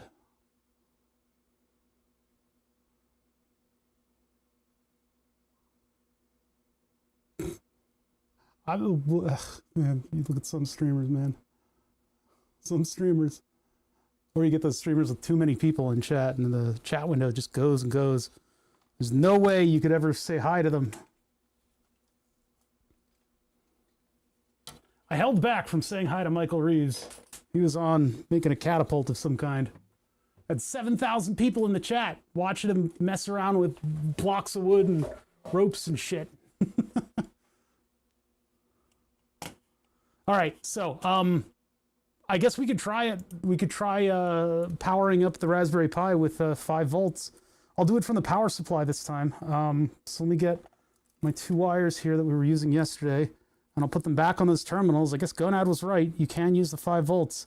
And the people in my chat that were poo-pooing it have changed their mind, which is a noble thing to do in situations like this, changing your mind. You see people double down a lot, and The best is when you call somebody out and they immediately say something that exactly counters what you crashed out on them about. Like, no, I actually meant this. And you're like, I don't think you did. I don't think you did mean something else that exonerates you from my criticism. All right, turn this one on.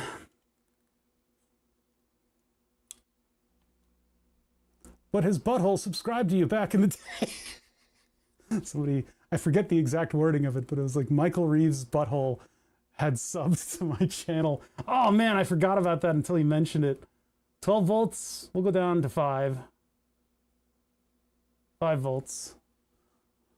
And I have appropriately color coordinated my wires so that I can't get this wrong. So red goes to pin 4, black goes to pin 6. All the grounds are connected to one another. It's on there a few times. Oh man, God, that just remembering all that stuff. I had to cut all those videos, and actually the videos that I cut were towards the end of the second board, which was so many years ago. But just remembering that, going back to the days when I was doing that stuff, man, that was a lot of fun. I got to make another one of those. It just kind of became my ball and chain, you know? 3, 2, 1, power on. Oh, okay. Oh.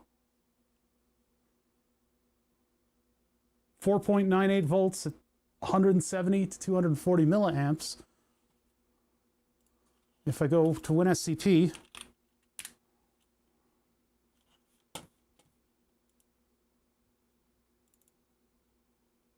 well, that makes it a lot easier. We can just get in through the pin header if this actually worked. Das blinking lights.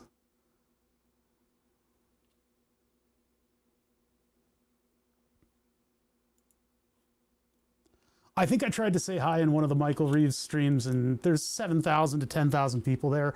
He does not have the capacity to see the comment flutter by at a million miles an hour. Need to order some of those PoE supplies. How is PoE so attractive to all you guys? I don't understand. Are you guys all powering stuff over the internet, over the Ethernet?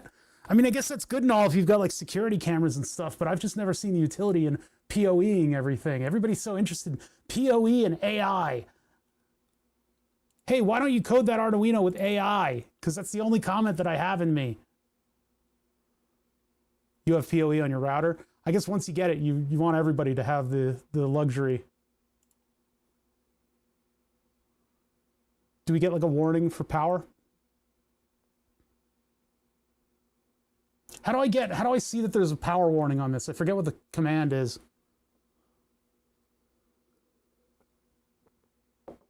I have 2 Pis and 2 cameras powered from my main router. I could see myself getting into PoE if I redid the cameras in this house so that it was like a ubiquity kind of thing where it's not sharing data with the outside world or even something more closed off than that.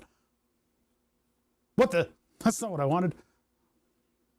All right, so our Pi is running off of 5 volts, so that's new. I didn't know I could do that, so I guess we can do that now.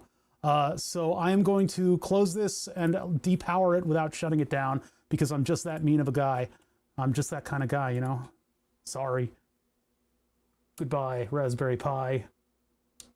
And say hi to the sky. All right, anyway. Get this thing undone. It makes fewer connections. Given how cheap PoE switches are and how handy it is to have a single cable and no need for a power outlet, yeah, I guess people would find them useful. I just don't know why the suggestion, demessage, grab high voltage, you're too late. You're too late, it's dead. And I killed it. It's just everybody's always talking about PoE on my channel, and it's like, I'm like, hey, I'm building this cool simulator setup, and I want to put a Raspberry Pi in it, and I'm gonna have the Raspberry Pi do like Node-REDs. Why don't you use PoE? And I'm like, what? What do you mean? It's gonna go in a cabinet. Like, what are you talking about? All right, so we don't have to mangle a cord. We can get that out of here. You win this time, Cable. Problem with PoE is there's so many different standards. Here's a can of worms. Here, streamer. Here's my can of worms. Show us your worm, streamer. Come on, show us your worm. Why don't you use artificial worm? Are you not a real streamer? To use artificial worm? Yeah, it's too much. This Raspberry Pi is literally going to sit in a cabinet, so PoE is utterly pointless and completely asinine to the project. But it's cool.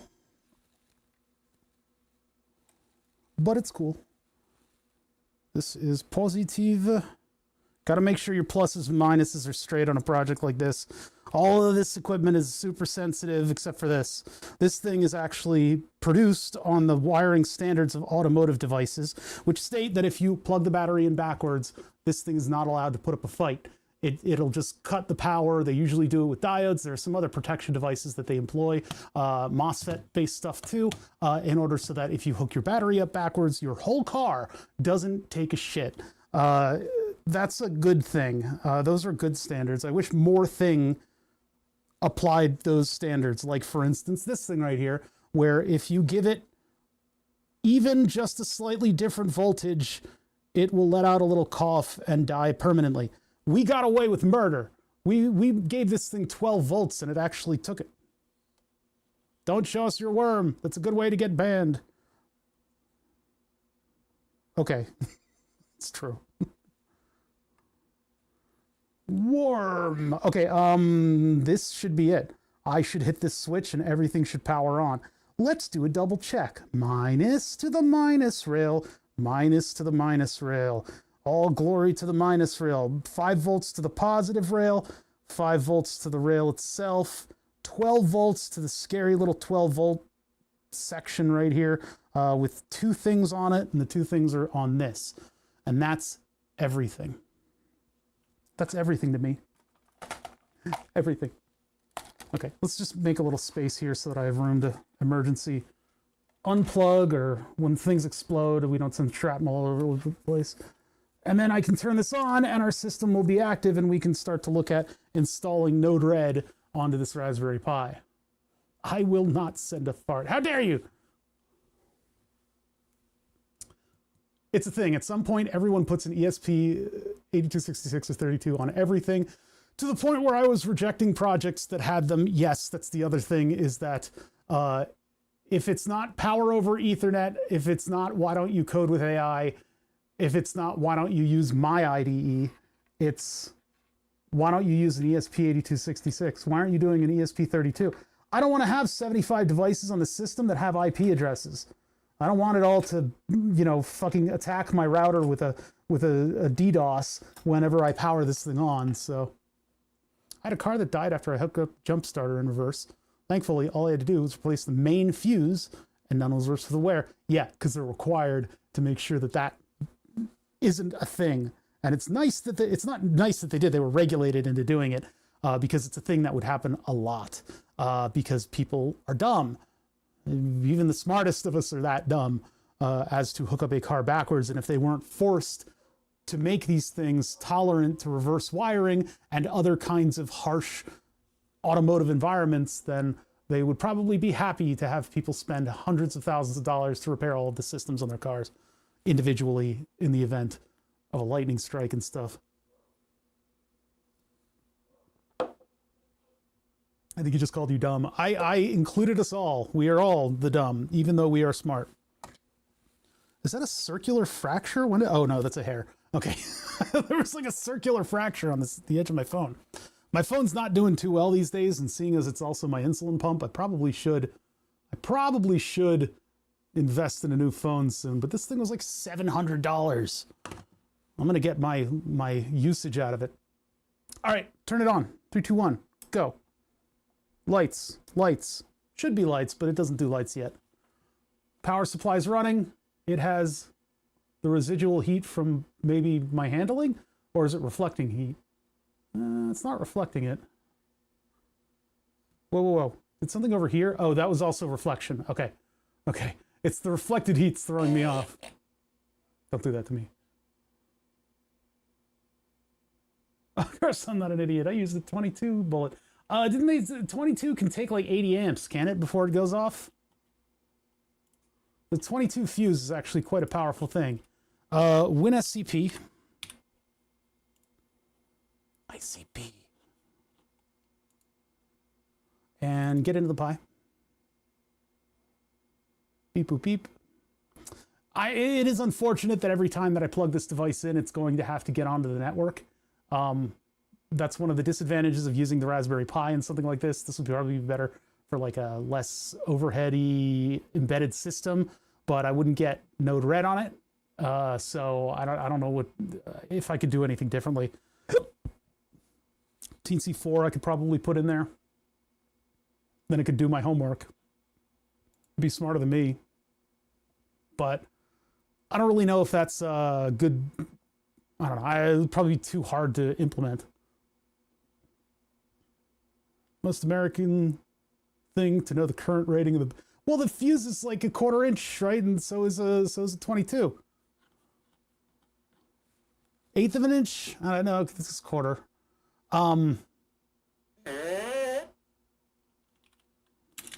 Oh, it needs to be. We need to start up CAN 0. Somewhere around here at 500 kbps. And then we need to do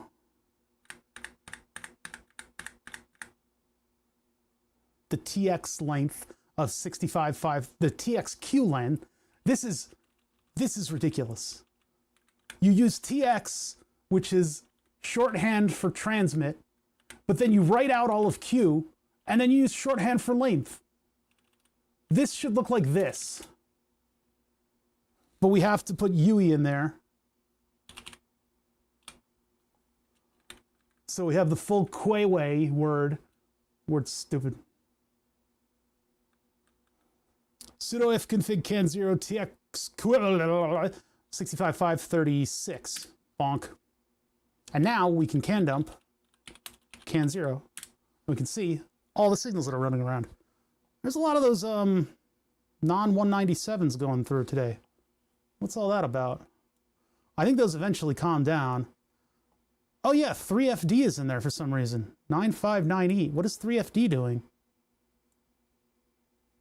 Huh. What if I shift once? No? You should, if there weren't so many different signals running around, you could actually see the my input changing. Is C0 on the end? That turns to a D5 when I PP, when I hit my P button. P, P, P, P, P, P, P, P, P, P, P, P, P. It was easier to see when the keep awake signal would only come every now and then, but for some reason, we're shooting in 3FDs into here. I don't know who's responsible for that. Maybe this thing is doing it. Man, that fan, I can hear the fan out of that power supply. It's not a happy fan. Shut up. Stop making noises. It's going just very quietly. Yeah, that was one of the early ones, wasn't it? When they did testing fuses for bullets on Mythbusters. I used to watch a lot of that show. All right. So we're back where we started. We got all our buddies communicating with each other. It's got some extra stuff. I think maybe the shifter's looking for the transmission right now, and then it'll eventually give up on that. But yeah, so if I wanted to use this as a control for something, I would just get another CAN bus device to look for that address and see what the data part of the packet was. And that's easy to do because these little MCP whatevers, these will look at all of the CAN messages. And if you specify, hey, I want to ignore everything but this CAN address, it will do that. And then it will only interrupt what the microcontroller is doing when it sees one of those. Which is a good way to free up your micro if your micros aren't that powerful. I mean, the RP2040s are probably good for a whole bunch of like really high-speed digital communication because it's a genuinely pretty fast chip. I think it would be fine with 500 kbps CAN, but if I really want to, I can censor the whole line and put one of these larger MCP boards in. I also have, I believe, just a CAN bus adapter, and this thing will do the MCP's job just without the MCP. It'll just get the differential signaling into the micro. So I might use this for the HID devices because that just turns your CAN bus into TXRX. I'll have to decide which one I want to do. VCC, TXRX, and ground. Because for the HID devices, I think it would be easy enough for them to just look at all the messages on the bus and then look for the specific address they're looking for and flip a button when the time occurs. But we need to get Node-RED onto this thing and see if it'll see the CAN bus now that we've started it up. What should I do? Should I just look up like a tutorial on installing Node-RED? I kind of forget how I did this before.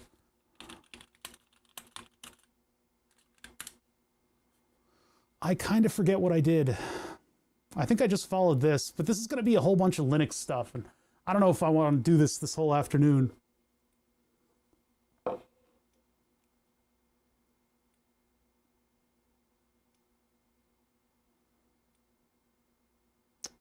Yeah, I'm going to do this tomorrow because I think I can do this while getting sick and not streaming.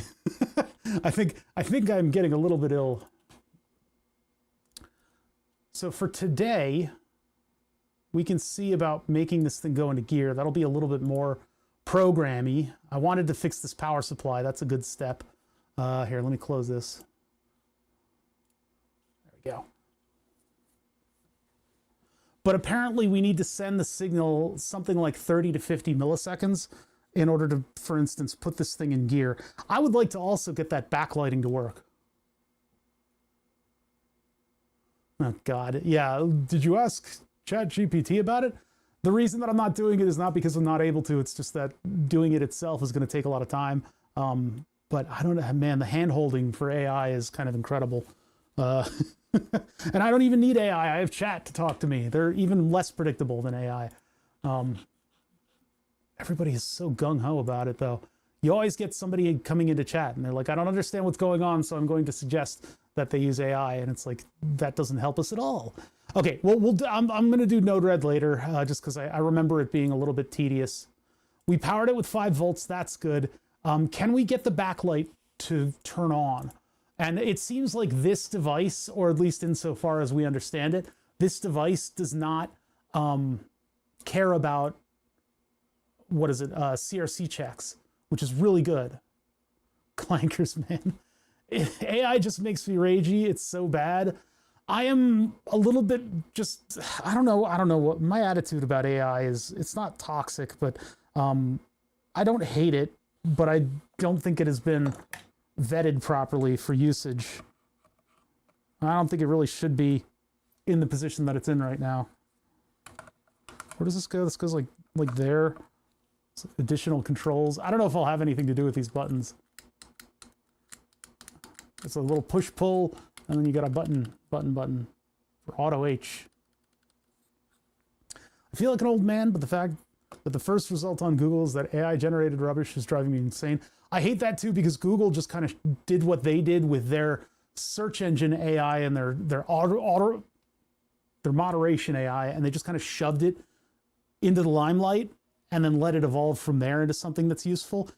And if you haven't noticed, every single YouTuber in existence has a video on how their AI has wronged them, how Google's AI has wronged them, how they don't get any appropriate customer service because they're never interacting with a human. Almost 100% of the time, you have to fight them, you have to get on social media, you have to get out there and actually get them to address stuff like, you know, bans for things that are just stupid, bans for things that aren't exactly like, they're blatantly not bannable. But the AI has just said, oh, you have things shaped as gun, channel dead. And it's been sort of, it hasn't been fair with its enforcement, and it hasn't been even with its enforcement. Every single YouTuber has a video about that, right? And that's because what Google does is they shove the AI out in the limelight and they expect it to evolve from there. And in the case of moderation, it hasn't. Everybody else just said, all right, well, I won't say baguette unless my channel gets deleted. So I'll just censor it. And it's had an effect. It's really not a good effect. But yeah, this ridiculous. So we don't need a checksum. We don't need a CRC according to the author of this thing. What we do need is I need to give it a backlight signal. And the backlight signal I found on the Arduino code. So let's open that up. Because we haven't gotten this to work yet. I kind of want to figure this one out. Did you hear about Meta super intelligence safety director lost their emails due to, yeah. And then there was the one where they had to like run across that was the one, yeah, where she had to run across the room and like disarm it because it wasn't listening to her. Kind of like the torment nexus that all of the scientists were telling us not to make, and then they made it. No, there's no way that it would be like, I'm watching this movie and I'm like, these guys are they have such a boner about hating like computers, that they think that we would make like a sentient computer that wouldn't listen to instructions and would hate us and try to destroy us. That is so cliche. Did you know that the Pentagon is desperately trying to get Claude to remove safeties? To remove safeties so they can use it in a philosophically bankrupt way? Haha! I love the future. Promise me you guys will save me a bottle of insulin in your fallout shelter. No, I'm dying in the first cloud. The second the apocalypse hits, I'm dead. That's it. I just have to pose my skeleton in a funny way. I have to point towards my cache. All right, so this is the testing program that we put on the Arduino. It has a bunch of stuff in it, and I don't think I'm done with it. I think I tried to clean it out a little bit, and then I like ruined it and didn't. So whatever we've got running on that Arduino right now, I don't have a copy of, which is a fine way to do things. But we do have some of this stuff, and one of them is to send the backlight. So the EGS is the engine stuff. And then I guess they're programming it properly. So up here, we've got some of the definitions. GWS, EGS. The GWS is the shifter. We got the heartbeat, which is 55, and then two dummies here. And then I think I took it from another one. Yeah, turn backlight. That's an F. That should not be an FF though. Maybe if it was EE, this would work. So we're sending it 202. All right, so let me get my WinSCP console back.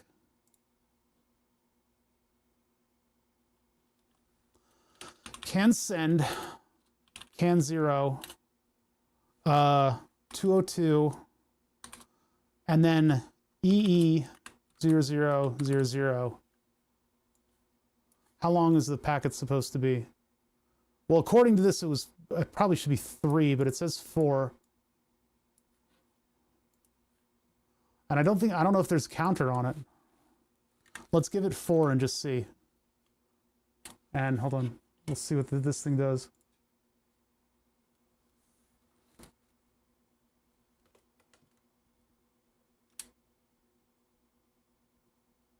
Oh, I'm in the wrong window, sorry. I hit enter somewhere. Yeah, so that's not working. The government is doing shenanigans? How? Yeah. For a few weeks, Perplexity was doing great as a search engine tool, then launched a browser and search became trash. I mean, Google search is getting to be pretty bad. You have to get to like page 2 before you get any genuine results. I miss the days when I could use Google cleverly in order to get all the information that I wanted. So do we have it identified in here? Transmission status 1, GWS heartbeat. They don't specify it here. So let's see, BMW CAN bus messages. List. PT CAN bus map data values. What is this website? RPM, engine torque, gearbox torque, accelerator, throttle, brake, brake, brake, ABS, ASC, brake, brake, brake, acceleration, acceleration, yaw rate, wheel speed, high beam lamp, indicator, speed, speed, speed, battery, fuel raw, ambient temperature, steering, fuel, fuel, fuel, maximum gear. That's not the right one.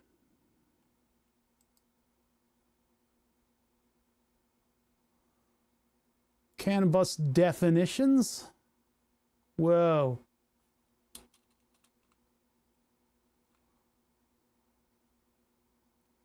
This isn't. Kick down pressed, cruise speed, throttle pressed, counter 1, engine speed. Let's see, steering position. So backlight. Light. Interior light switch status. What the fuck does this stuff mean? Wait, what does all that mean? 1 at 1 plus 1 0. I don't understand. This is some kind of weird programming parlance. 1 pressed, 0 released.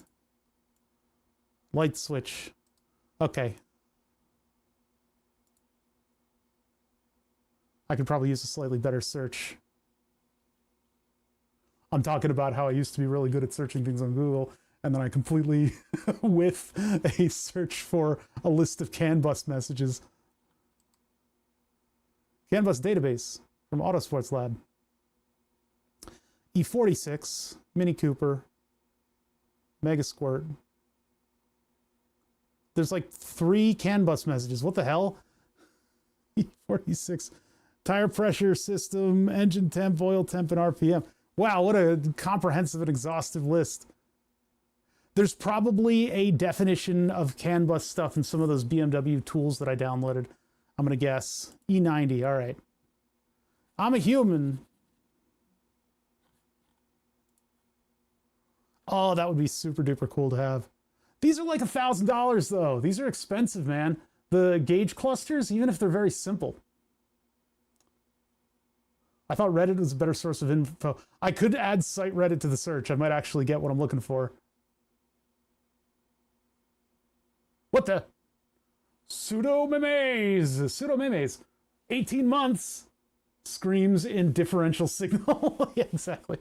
How's it going, Pseudo-memes? Thank you so much for the sub. Yeah, I'm trying to zero in on the backlighting control for this thing. I found an explanation of that weird garbage after the hex code.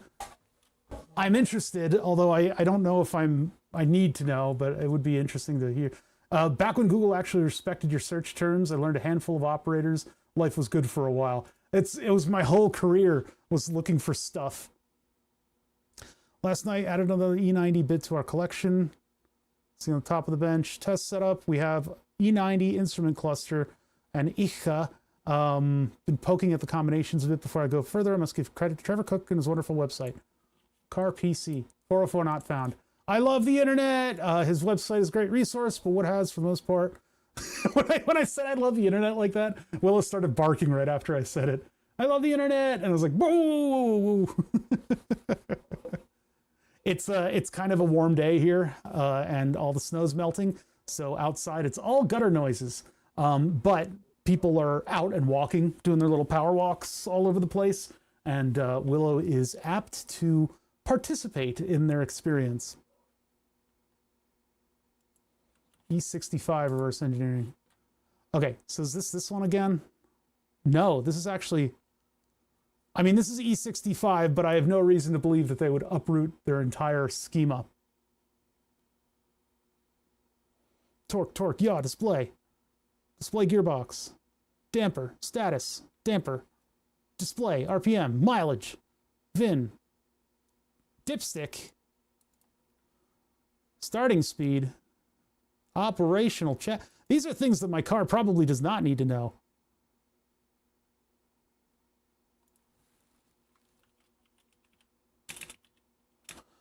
Somebody tell me the backlighting code. Do they have 202 on here? 200. Speed cruise control.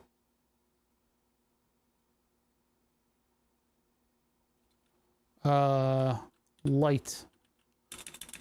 Back. Switch.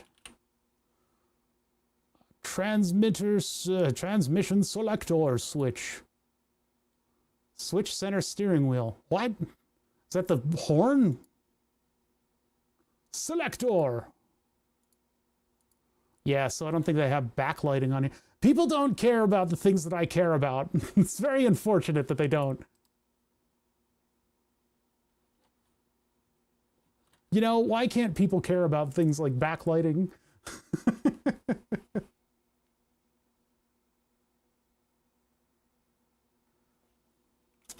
Control F, backlight. Nope. That's exactly what we're doing. I can just send with the Raspberry Pi.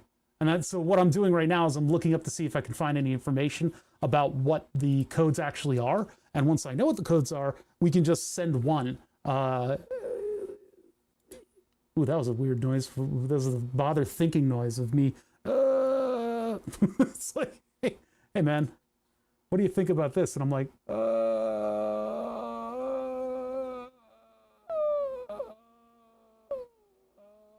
yeah, it's pretty good. Like, weird. Okay, anyway, we can just throw codes at this as long as the codes don't lock it out. This thing is fairly sensitive to certain types of signals where it has like a counter on it. And if the counter is not incremented by exactly 1, and if the signal's bad, it'll just be like, blah, blah, nope, and then doesn't do anything. So I would like to send this thing. That begs the question. If we have a bunch of miscellaneous commands running around on the CAN bus, we got to make sure that none of those commands will lock this thing out or my other devices like it. Yeah, I looked up lighting. I looked up, you know, I tried to get it right. But there's a whole bunch of terminology. And a lot of these things are saying like, just scan it yourself. But it's like, we don't have the car. We don't have the car. I can't go out to the car and hook up to the CAN bus.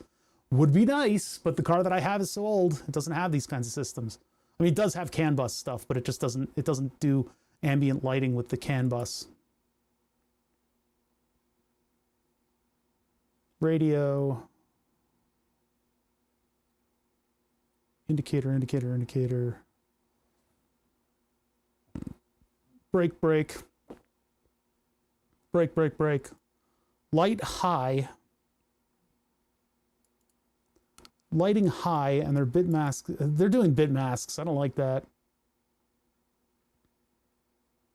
Light high. I think that's high beams. Most people assume you're not just working with the instrument cluster. Yeah. Yeah, exactly what I'm making that noise is the circle of dots. Somebody knows this. And they put it in their shifter code, but they used a 202, and every time I try to CAN send a 202, whoops, every time I try to CAN send a 202, nothing happens. Like, what if I did there? Nothing happened. Nothing is happening. I do know which BMW standard this is. This is out of my brother's car. He upgraded to the luxury interior, and so with it I get a seat, a driver's seat even. I told him it didn't have to be a driver's seat. It could have been a passenger seat. I would have been perfectly fine with that, but he gave me the driver's seat, so that's nice of him. I think maybe he doesn't intend to ever sell it because he's weird. He's weird like me. He has sold stuff in the past. I never sell anything. That's why I'm surrounded with a pile of garbage. I should sell something. I should make something that I could sell. I don't know what it is about me. I just can't bring myself to do it. I could have had like a project kit. I was thinking of taking the microcontrollers out of my old insulin pumps and selling those as a kit, as a microcontroller, like embedded systems kit, even though the chip isn't known. There's no information about it. But anyway, so bad at selling stuff gives me a driver's seat. And so we know that this stuff is out of his BMW E90, I believe, F10, not M, 5 series. 5 series F10. That's not E90. No, E90 is the other designation. The F10 is the generation. Man, they've gone a long way. F10, BMW F10, 5 series. That's it. BMW F10, 5 series. I think 2014, not sure. I think it's 2014. So we do know, we can narrow our search down a little bit for the Horde. The Horde must grow. I don't know. What if I send it? I keep doing that when I'm in OBS. I keep hitting the up arrow.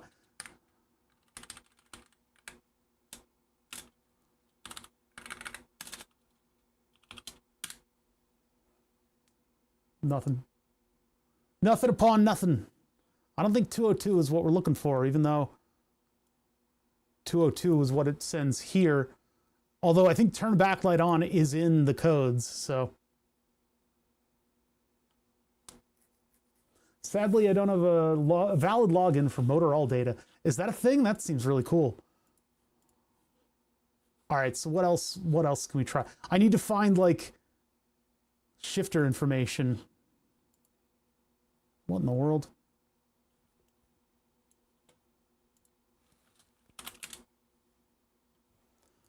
F-Series CAN bus hacking.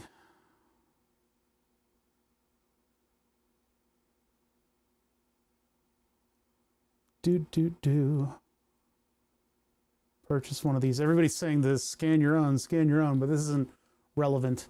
Yeah, KCAN is 100, KCAN 2 is 500. PDC is on KCAN 2. I think the seats are on KCAN 1, but we haven't been able to confirm that yet. It's a thing and it's very expensive. I found something mentioning LCD lighting.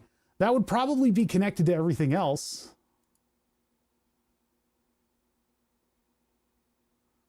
CAN bus IDs for bench setup. Hello, people. Hello, Redditors. Hold on. Is it going to bug me about logging in? No. Okay. That can dox emails if I'm not careful.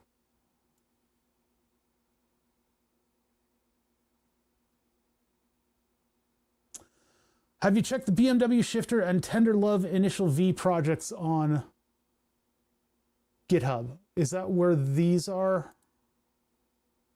This is spoolus.eu.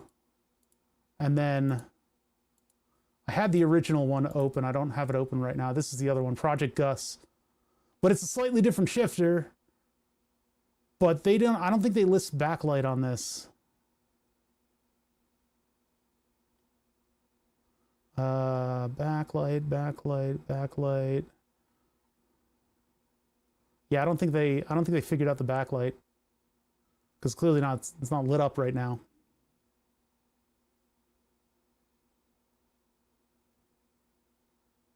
There might be a word towards it on another.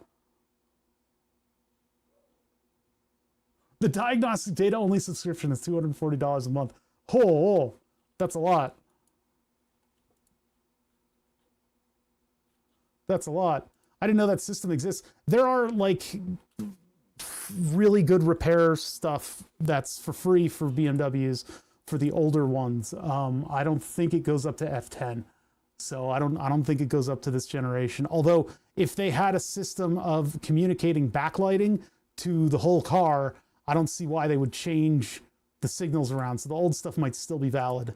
But yeah, apparently I might have something that I don't think it'll list it by address though. I'm not sure.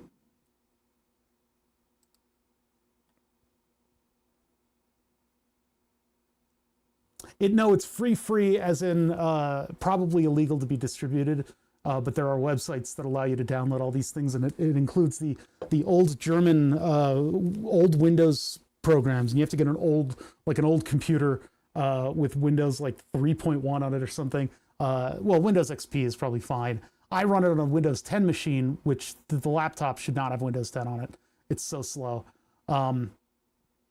No, but you probably shouldn't get it from a torrent site. That's not where you should get it. The way to get it is from either links on forums, or there was a website that I was able to download it from too. It's like a bunch of gigs, and it's got all of the repair stuff, like all of the repair manuals, as well as like programs to flash the different modules and stuff. It's a really good, sort of end of life right to repair thing that exists.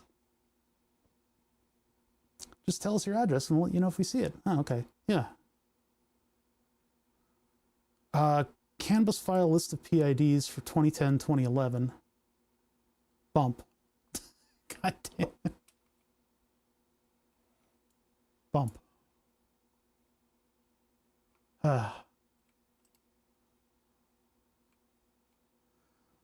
OBD2 communication problems, vehicle CAN database documents from VBox Auto, the famous VBox Automotive. Select the manufacturer. Okay, BMW. You're gonna ask for my credit card, aren't you? Wait, it just moved my. Get a quote is on the right. Yeah, I'm not. That's not gonna help. M5 F10. What the Sure, I'll open the file. Why don't we open it as a text file? Okay, how did you get out of here?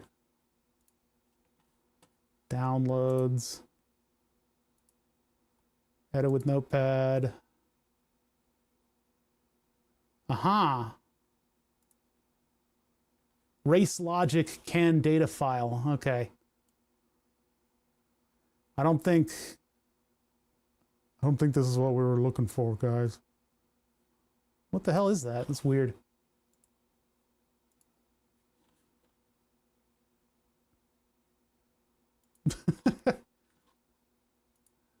Yeah, no, eventually everybody gets Notepad++. Why is the view weird?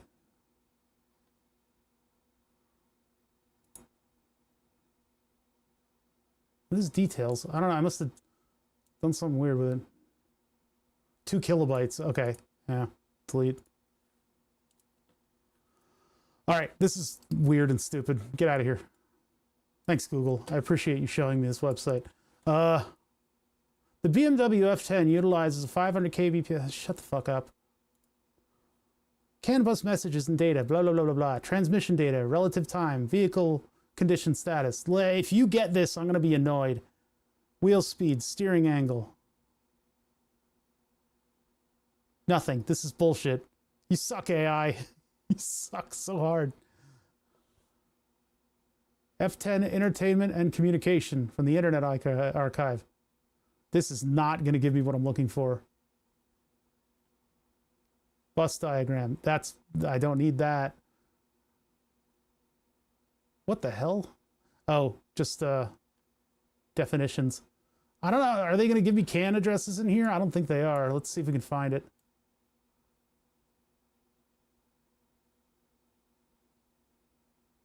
This is just like basic vehicle information. Telephony, TV screens. Cool. Just what we all need.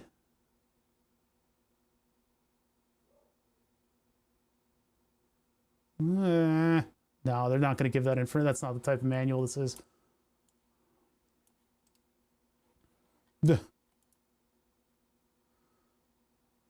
I think we've sort of escaped the specifics of what I'm looking for.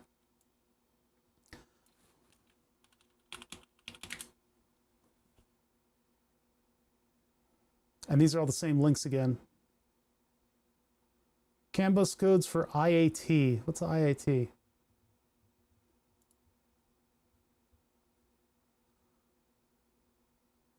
Distracted, distracted, no answers, no answers. Yeah, the problem is we're looking for a signal that's just not like something people deal with. Car cluster missed readme wiring BMW FD.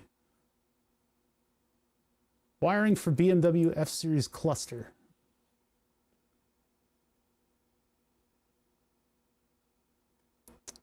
Ha.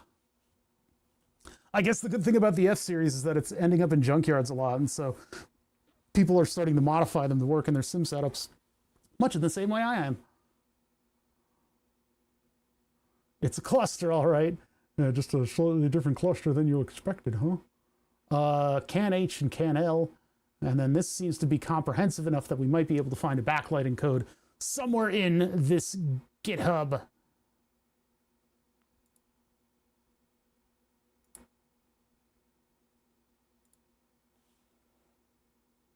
Arduino JSON, MCP CAN. That's the CAN bus library. So we should be able to find exactly what we're looking for. What the hell is that? Well, that's a library. Let's see, where's the car cluster INO? There we go. Speaking my language. Correction factor, maximum speed, blah, blah, blah, blah, blah. Sprinkler water sensor.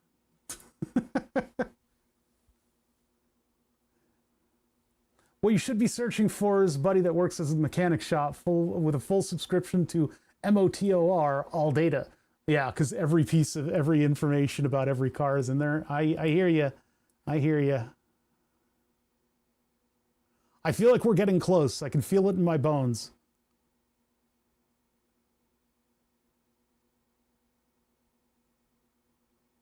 Only they're programming stuff in a way that I don't. So I don't know if I can find it. Pin mode, display serial, Wi-Fi enable, simhubgame.begin. I guess simhubgame is probably something that I should probably look for, huh? That would be kind of cool if I could get a local shop to print out the full can sheet. I would want them to do it for charitable purposes and then never see them again. Can set mode MCP normal means that it just speaks every address back and forth. It's not filtering. Watch shield okay. This is somebody who's using the same tools that we are in order to take over an F10 cluster, which is pretty cool.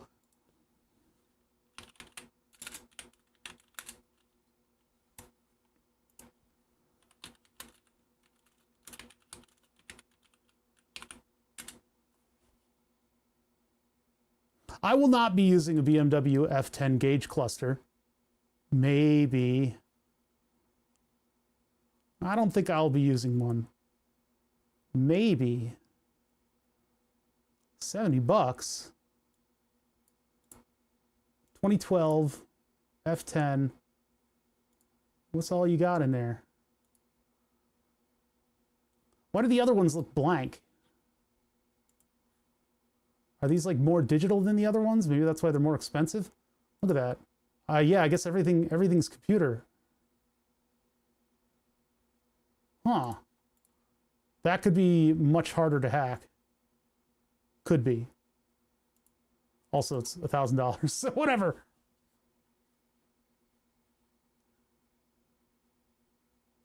If they have the diagnostic package, they're probably paying about $600 a month per login. Yeah, but they're also not really going to know what I'm asking. Like, I don't think they're really going to know what I'm asking. Even if I specifically ask, that could be cool.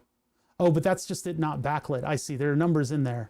So they 100% of the time, they require backlight on the gauge cluster, huh? Well, I'm going to think about that for later, but I'm not going to be spending that money right now. Maybe in a couple months. Because I don't know, like, what the hell is this? Digital DAS instrument cluster for, oh, that's like an aftermarket. Weird. But like one of them has gauges on it that you can see in normal lighting. One of them has gauges you can't see in normal lighting. And another one doesn't even have gauges. It just has circles. I think one of them might be a screen. And if it's a screen, then it's a totally different animal, right? It's maybe when you boot it up, it goes through the normal BMW stuff. But I have a feeling the reason that it's a screen is that it does other stuff. Like you could put navigation on it and stuff, which would be very cool to do, but it would also be in and of itself a huge project. So means when the LED driver and your backlight dies, you need to get a new one. Yeah, a new $1,000, probably like $4,000 from the dealer. Anyway, maybe one day I will find myself searching for one, and then I'll have to remember, what was that car cluster thing that I found that one day? I kind of remember it, but I can't find it again. Where would they be doing backlighting in here? Data to send, decode custom protocol from SimHub. That's decoder data. Read the CAN buffer.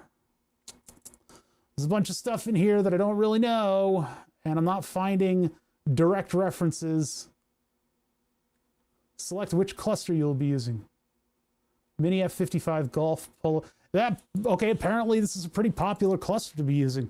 So if we've defined cluster 1, we got to find out where all that stuff is.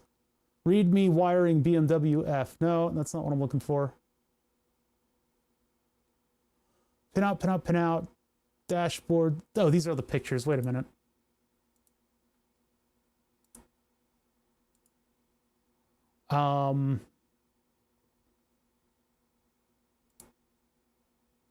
Mongoose.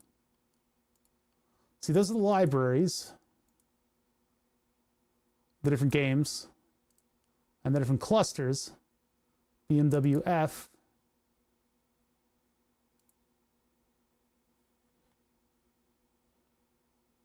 MCP can bool, blah, blah, blah, blah. Fuel range. Gear state manual 1. What the? Oh, more places for the gear.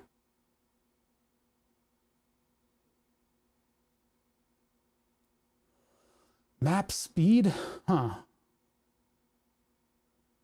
Speed, RPM, coolant temperature. Okay, so we're getting data, I think, from the simulator stuff. I want to see where we're sending out CAN bus messages to the cluster to backlight it. Send speed, send RPM. Manual gear. What the heck? So I guess it's putting stuff into all these variables that get called from other places. I'm sure this is a great way to program stuff, but I don't really understand it all that well. I would very much like to find something that just tells me what the code is. There has to be somewhere that they dumped all this stuff so that they were able to work with it later. Send lights. Main lights, high beam, fog light. So when it says send lights, they're talking about the what do you call this again? the lights in the front of the car. The headlights, there we go. Oh, okay. Streaming makes you dumber. Backlight brightness is right here in front of my face and there's nothing I can do about it. Okay, that went away. Now I'm scared. I don't know where I am. What just happened? What did I do? I clicked weird and everything changed. I guess it's for the better. UN8T mapped brightness is equal to the map of brightness from 0 to 100, originally 0 to 253. Unsigned character, backlight brightness without the CRC is mapped brightness, comma, FF. So the 0 to 100, because it's 2 from, I'm pretty sure. Arduino map function. Arduino.cc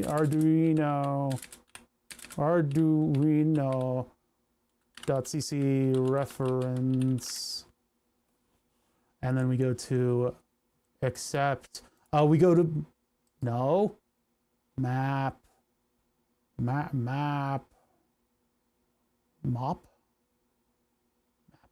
Where's map again?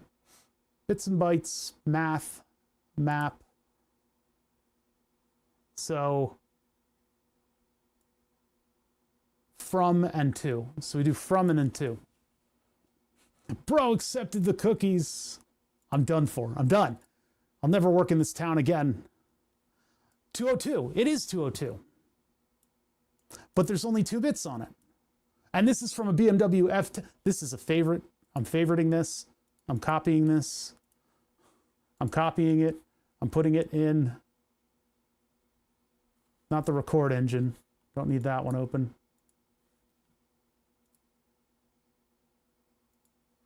Oh my God, I have so much stuff open on this computer right now. Running out of RAM, you say? I'll put this in CAN test.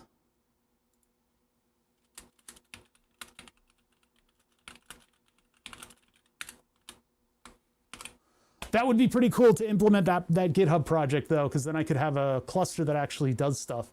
The other thing that I could do is use an old tablet and just put that there. I'm still amazed Broadcom didn't hide all the docs behind an NDA. Seriously, Broadcom would have you sign up for an account, and then they would have you like get an account with like a monthly pay that's behind like a subscription that only works for corporations. It'd be like $1,000 a month to be able to use the Arduino reference files. Yeah. So our message is going to be a 202. It's going to be 2 in length, and it's going to be a 0 to 100 and then an FF. But the FF was supposed to be an error state, so I don't understand why we would be sending an FF. We'll try it. We'll try it. I mean, it's going to be 0 to 100. So let's do, what's 100 in hex?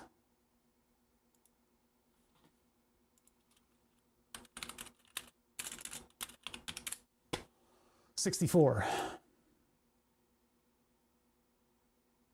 Mail us for a quote. Yeah, it's mail us for a quote is I'm never looking at your product again.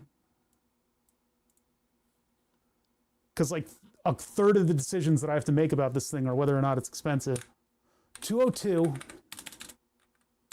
FF and then 64. Supposedly this is it, and it was nice to be able to confirm all that stuff. And if we're not locked out of the shifter, I should be able to send it this command and we should see backlight. I don't know if we see it briefly or if it just triggers it and it stays. So let's pay attention to, look into my little hand cup. Why don't you see? And 3, 2, 1, go. Nope. Nothing. So what if we change FF to E and we'll go into maybe like 32. 32 EE. Nope. Curses. Mail Us for a Quote is responsible for a large portion of open source projects. I love that. That's such an awesome, that's a great way of putting it. That's on my SAAS. I don't know what that's. I refuse to do a must talk to sales to sign up. Yeah. Pay for it right there on your own unless you want something custom. You know, like for products and stuff like that. I mean, obviously they quote depending on how rich they think you are sometimes. Like places do that. But it's like for a lot of the stuff that we do, I'll need like, oh, software as a service. Oh, thank you. I don't understand. I should know that. For like, you know, a lot of the stuff we do, like hobby stuff, I'm not looking to, like, maybe I do need the super duper express ultimate part from your company, but not listing a price means I'm going to go to 3D printing and stuff like that in order to do whatever your product does. The same thing here. This is what I'm referencing. This is our experience with that sort of thing. This is call for a quote. This is a slip ring, and it's a flat pancake slip ring. It's not one of the ones where the slip ring is the center of the turning thing. This is a pancake slip ring, really good for a steering wheel that moves 180 degrees, 360 degrees. I told that guy what for, and then I turned 360 degrees and I ran into him again. Then I left. So this is a slip ring. You look up slip ring online. You look pancake, you say pancake slip ring, online, you pancake slip ring, and you look at pancake slip ring, and they all say, call us for a quote. And you go, no. And so you look on Amazon for slip rings, and there are ones that take like whole Ethernet cables.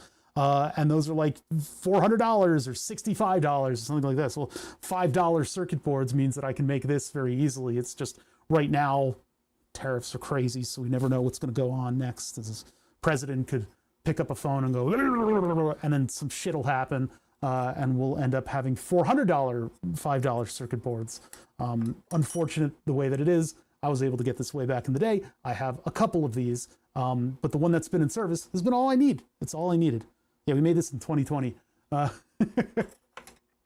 So, call for a quote. It's such a unfortunate drive to get us to do not very interesting things that a company could have probably just quoted us as a number on, and if it was reasonable, we would have gone with it, spent all the time. So the car cluster thing can send it. It sends a 202. It sends a mapped 0 to 100 value, and since 100 is a 3-digit number, I know that's not in hex. So when that does go into hex, that means 0x64. It sends the mapped brightness and then 0xFF. Now this is suspicious to me because FF shouldn't be used in this thing. It's according to the article writer for the other hacked BMW F10 era shifter. They say that the FF is recognized as an error state. But now I've tried to send all the iterations that I could of this sequence. What if we do GG FF43? Still no backlight.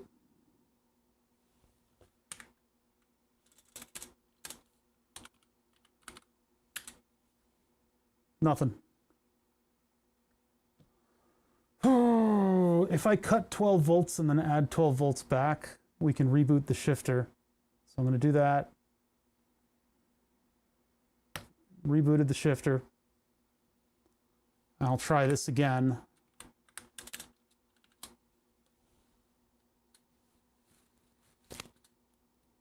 Still doesn't listen. It does not listen to the 202 messages.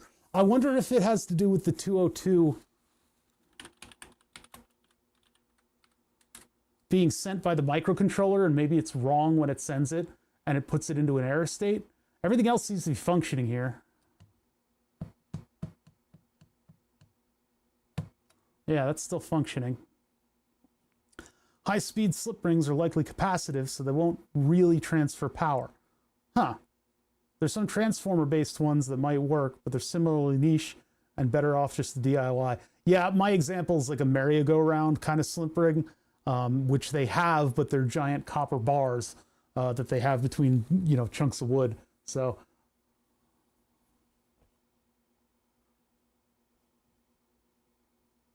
yeah, they don't want to talk unless you're going to move 1,000 units. That's the problem when you find something on Alibaba, not AliExpress.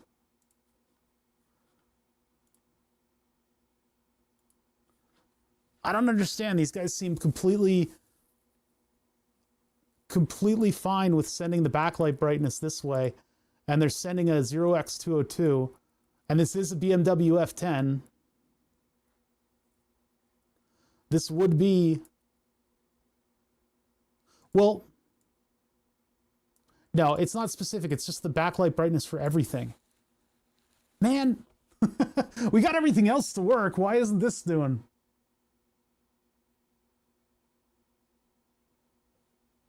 Yeah, 30 cents is such a reasonable price for this product, and it's just what I need in order to make my project go forward. Minimum order quantity, 10,000. I've run into a few chips like that on DigiKey. Is car mini? No, it's a big car. It's a big boy car. Oh, steering light wheel button. That'd be nice. The Mercedes that I bought uses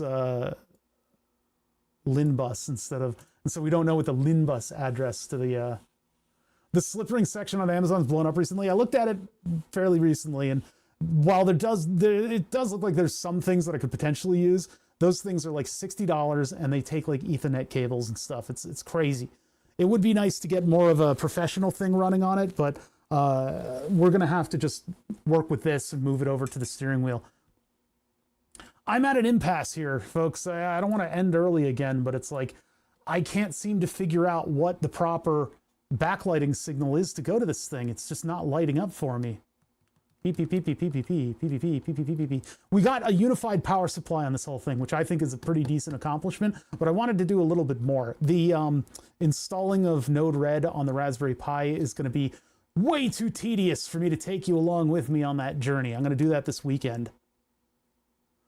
Just write a script to send every option.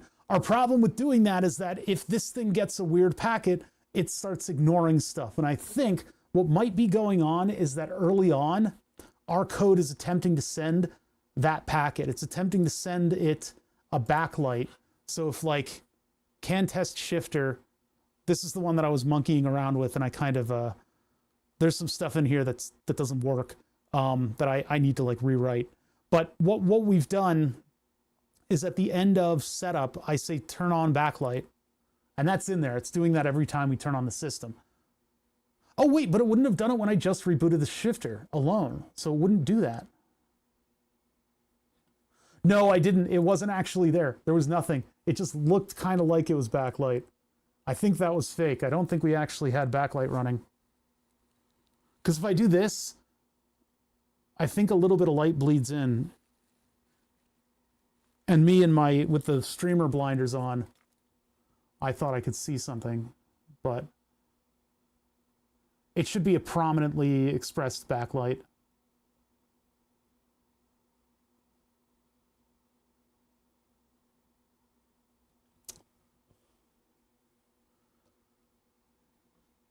Isn't it faster just to connect directly to the... What? Why would I do that? No.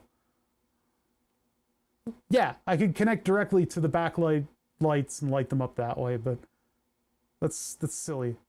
No, we did have a stream where we tried to get the backlight running, and I thought I got it, and I thought it was really, really faint. But I think I was doing something like what I'm doing right now, which is where a little bit of light can bleed in.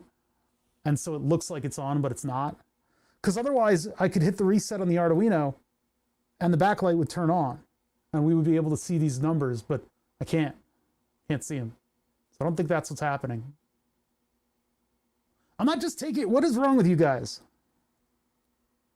What's wrong with you guys? Why would I take over the LEDs when I can send it a digital signal that's going to make the LEDs turn on?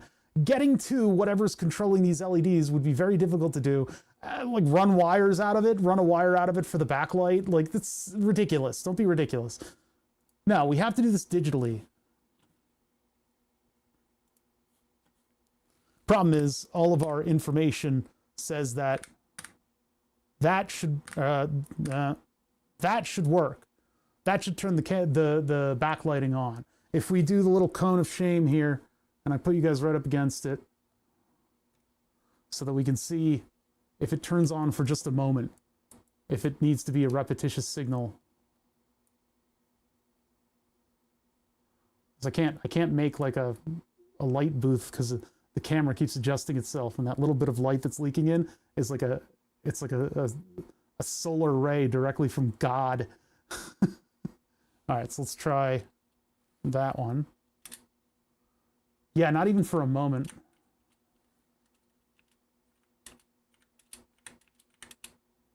It just ignores it.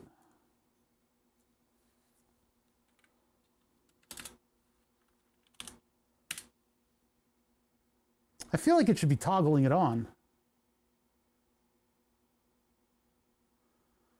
Yes, we know it's working because I can go can dump, can 0, and get all these. Control C out of it. If I really want, I guess I could find the... I don't have it easily accessible.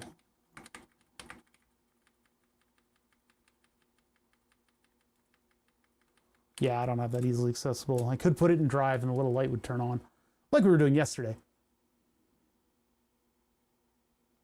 But anyway, CanDump is showing us messages from both the shifter and the Arduino, because we've got the 3FD is coming in quite often for some reason now. I don't think we programmed anything to say 3FD, so it's possible that the shifter is looking for the transmission, maybe. 1A6, OB6. Weird. Okay. Well, anyway, so there are CAN bus messages fluttering about. It's just very strange to me that everything indicates to us that the BMW F10 uses a 202 address for its CAN, for its backlighting. And this specific piece of code gives us the impression that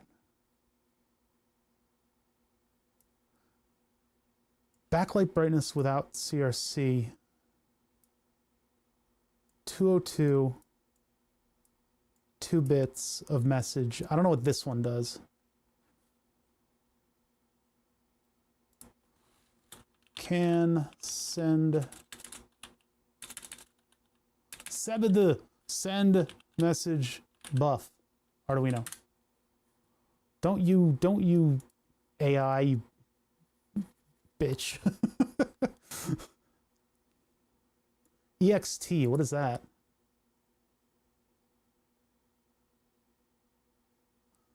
ID X something, length and then buffer.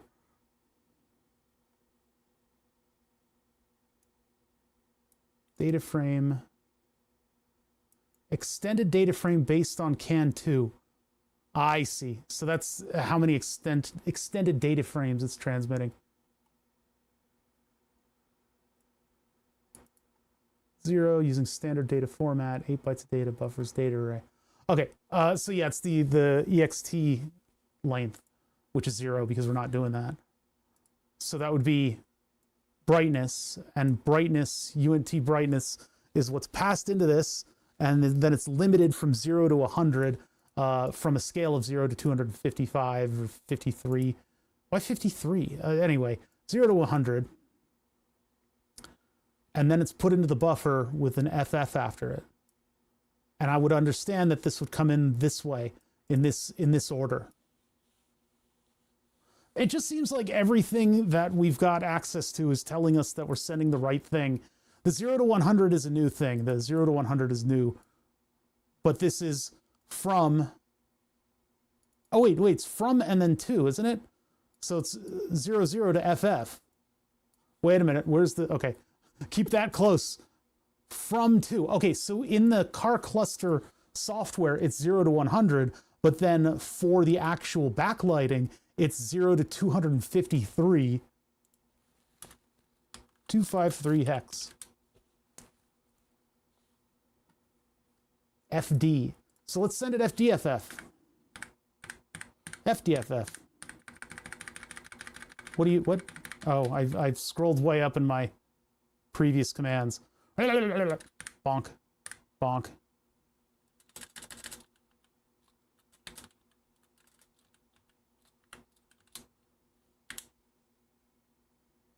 Nope, there was a little bit different noise from the power supply. It kind of went, but other than that, yeah, it's not even blinking.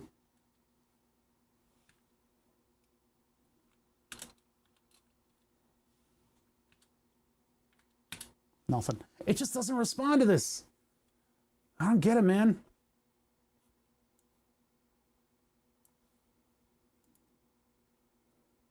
Does the shifter not have a backlight? We've seen it with the backlight on, haven't we? In the one project? Was it this guy? This is not backlighting it. Maybe it doesn't have a backlight. That seems silly. Should we find out? I guess we should find out. I don't want to take this thing fully apart. Also, it's all snapped together. Yeah, that's not... I don't want to do that. Let's see if we can find one that somebody else took apart. BMW F10 shifter disassembly. Going for images here. That's the cool one. Aha! Hey, welcome to my channel. This is Rob's car stuff. Oh, there's no, like, we don't get 65 intros on this thing. Wait a second. That's way different from what we have. That's, wait a second. How is that so different and yet so similar? I'm going to say it's close enough, but there might be... Oh, he's undoing screws now. 321 for dimming and illumination. I'll try it. It does feel like we're getting the wrong address and nothing is being, like, addressed for the address that we address. I love cameras going in and out of focus constantly. Okay, those are LEDs. So those are the lights for that. And then we've got a couple other chips here that look like they might be responsible for backlighting. This camera being schizophrenic, it's driving me nuts. I can't tolerate this. Please, just show me the circuit board, please. Please. This is where the people will chime in and say, hey, why don't you just take over the circuit board and put a thingy on the thingy? What is going on here? Jeez. I guess they're changing the shifter out for something else. Can I see the circuit board? Oh, they don't let me see the circuit board. Thank you, bro. Thank you. Okay. So there's more than likely there is. The 202 address is showing up on the E series. See, that GitHub project specifically said it was that. It's like watching Tech Tangent stream. Okay, so we're going to try 321, and it's going to brick my nice shifter.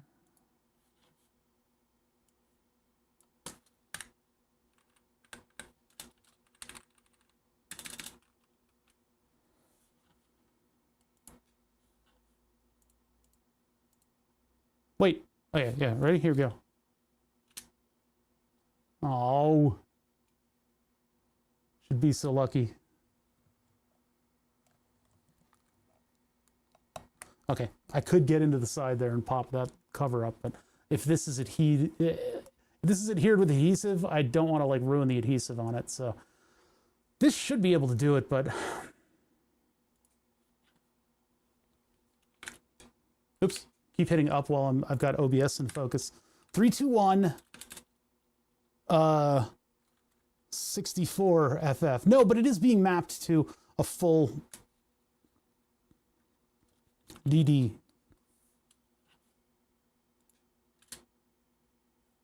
I keep hitting enter in OBS. I'm glad that doesn't do anything. Go. It's just nothing, man.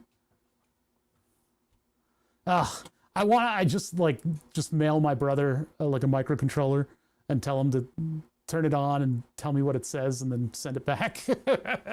I just need to see a log of CAN bus messages in a normal car, like a 10 seconds, just 10 seconds of normal CAN bus on a BMW of this generation. Because it's not 321, it doesn't seem to be 202, even though multiple different sources have pointed me towards 202. This thing just straight up is not listening to it all. I could check to see if we can put it in gear. Let me just see if we can send that one message. Now, if I need to go and recode our software so that the Arduino isn't spitting out a bunch of stuff and can send the signals over and over again. That would be something that I need to do in the background. So up here, we got, oh, this isn't the last page of this? No, it's the wrong one. Wrong one. Here we go. So the one that we're trying to send is the transmission. It's like 3FD. Yeah, 3FD. And since the shifter doesn't care about the CRCs or anything, let's close this. Oh my God, there's so many windows. There we go. 3FD. So can send, can 0. 3FD. And then 0, 0. Our counter is 0, 0 because we haven't sent a message yet. So 5 bytes CRC8 counter, then the gear selector indicator. For the gear selector indicator, I believe we are going to do 4.0. All my data is in weird places today. This is the same page twice. What the heck?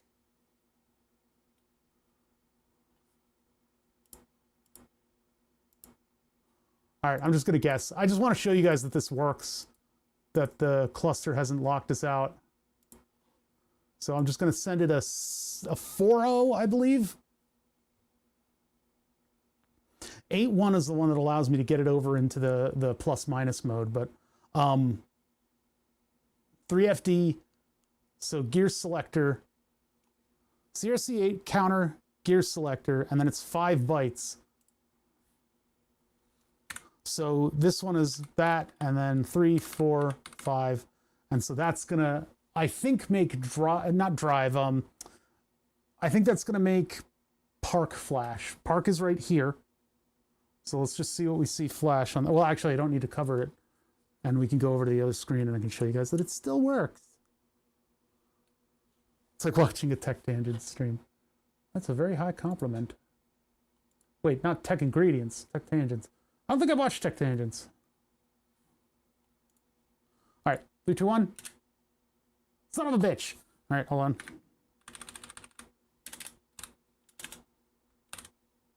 Eight, 1. There we go. See that drive blinked ever so quickly, but that was the speed that we're dealing with here. But so if I can send the 3, 2, 1 with a bunch of data in there, it just doesn't do anything. Man, that's really frustrating. I'm trying to get to the bottom of this. And if we do 202, which it should be, 202, yeah, FDFF.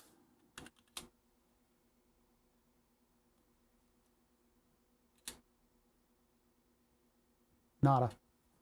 Man, this is frustrating, you guys. I'm more than a little frustrated about this. So I don't know what address it's going to be. It's BMW F10. I mean, that's the generation that it is. I don't know why they would change their backlighting stuff. And by all means, according to this very nice car cluster hacking thing, we were able to find the CAN bus address that they send in order to get the cluster to have a certain amount of backlighting. This thing should follow. It should be responding to the same commands, unless there's some other send backlight brightness, send alerts. Let's see if there's another one. Steering wheel button, update language, send driver mode, and send AC. I don't know what that's about. 33B. Oh, acceleration.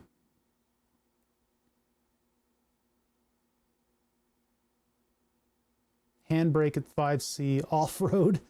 Huh. Door open.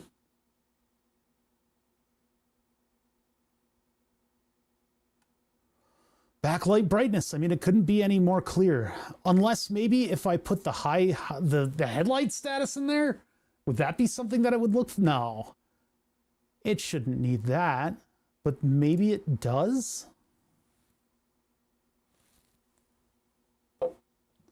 Main lights.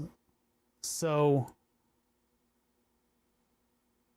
high beam, main lights, fog lights, rear fog. What does that mean? We're shifting them over by one and then we're, oh, I see. So it's rear fog, front light, main light.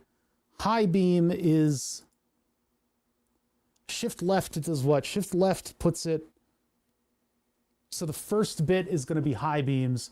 So it'd be 1000. What is that in binary? It's 8.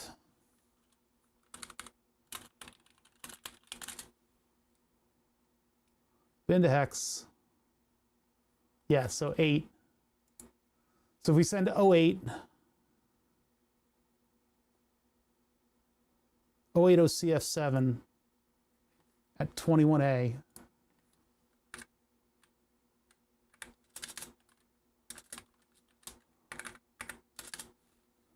Oh, 08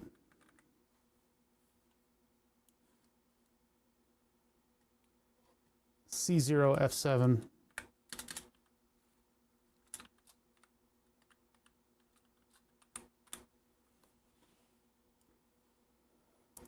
21A 08 C0 F7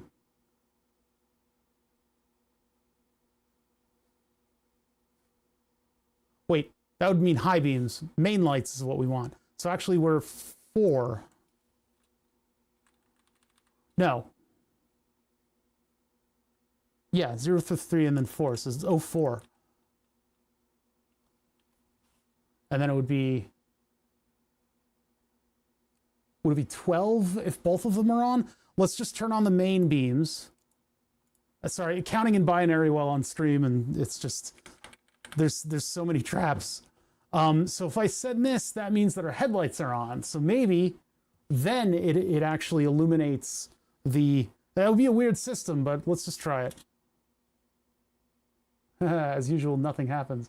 You may have guessed that I would do nothing, and you were correct. Darn. But what if I now send a backlighting signal in the form of this one? No. Form of this one? No. I don't know what I'm doing. Let's check our CAN bus.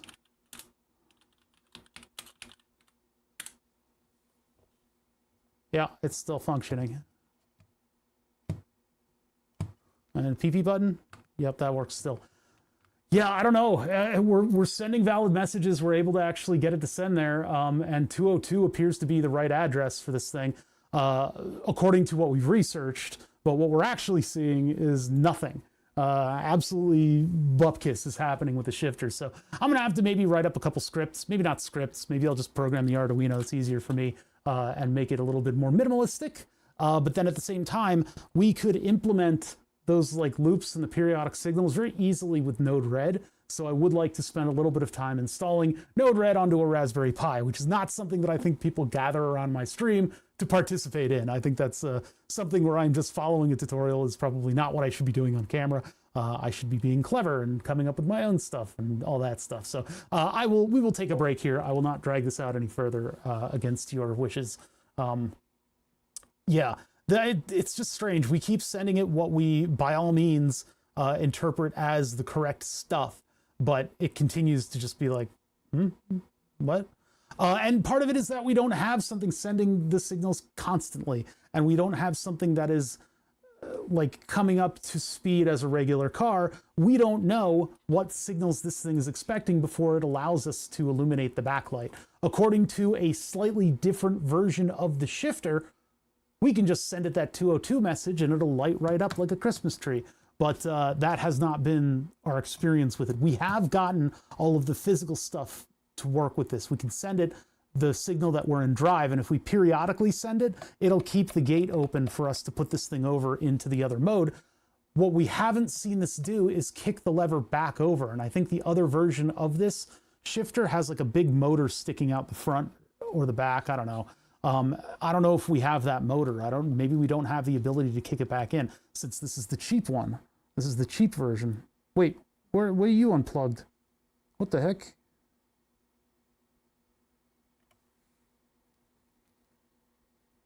Wait a minute.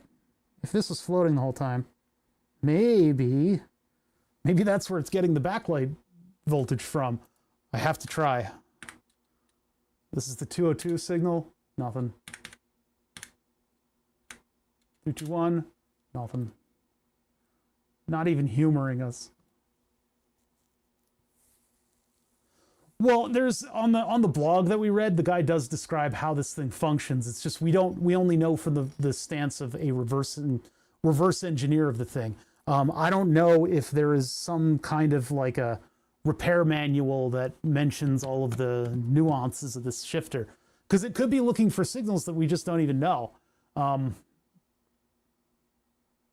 I'm frustrated that all of our sources say this is what all of our sources say that this is the format, right? According to everything, this is the format of the backlight.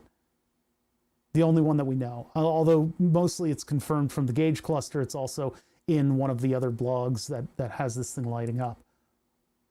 I don't know how often it needs to be sent, but if we send it once, we don't get anything. What if it's opposite day? It's not opposite day. It's not opposite day. It never was.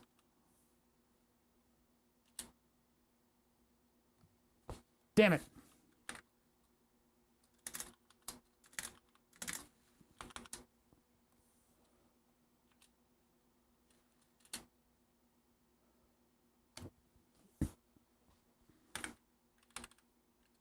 What if it needs to be a certain length? Otherwise it's ignored? It's not. Or if it does the CRC first, then it would be yeah, FF00. No. Because if that CRC is in there, then maybe our packet just was the wrong size. That's not it. That's not it.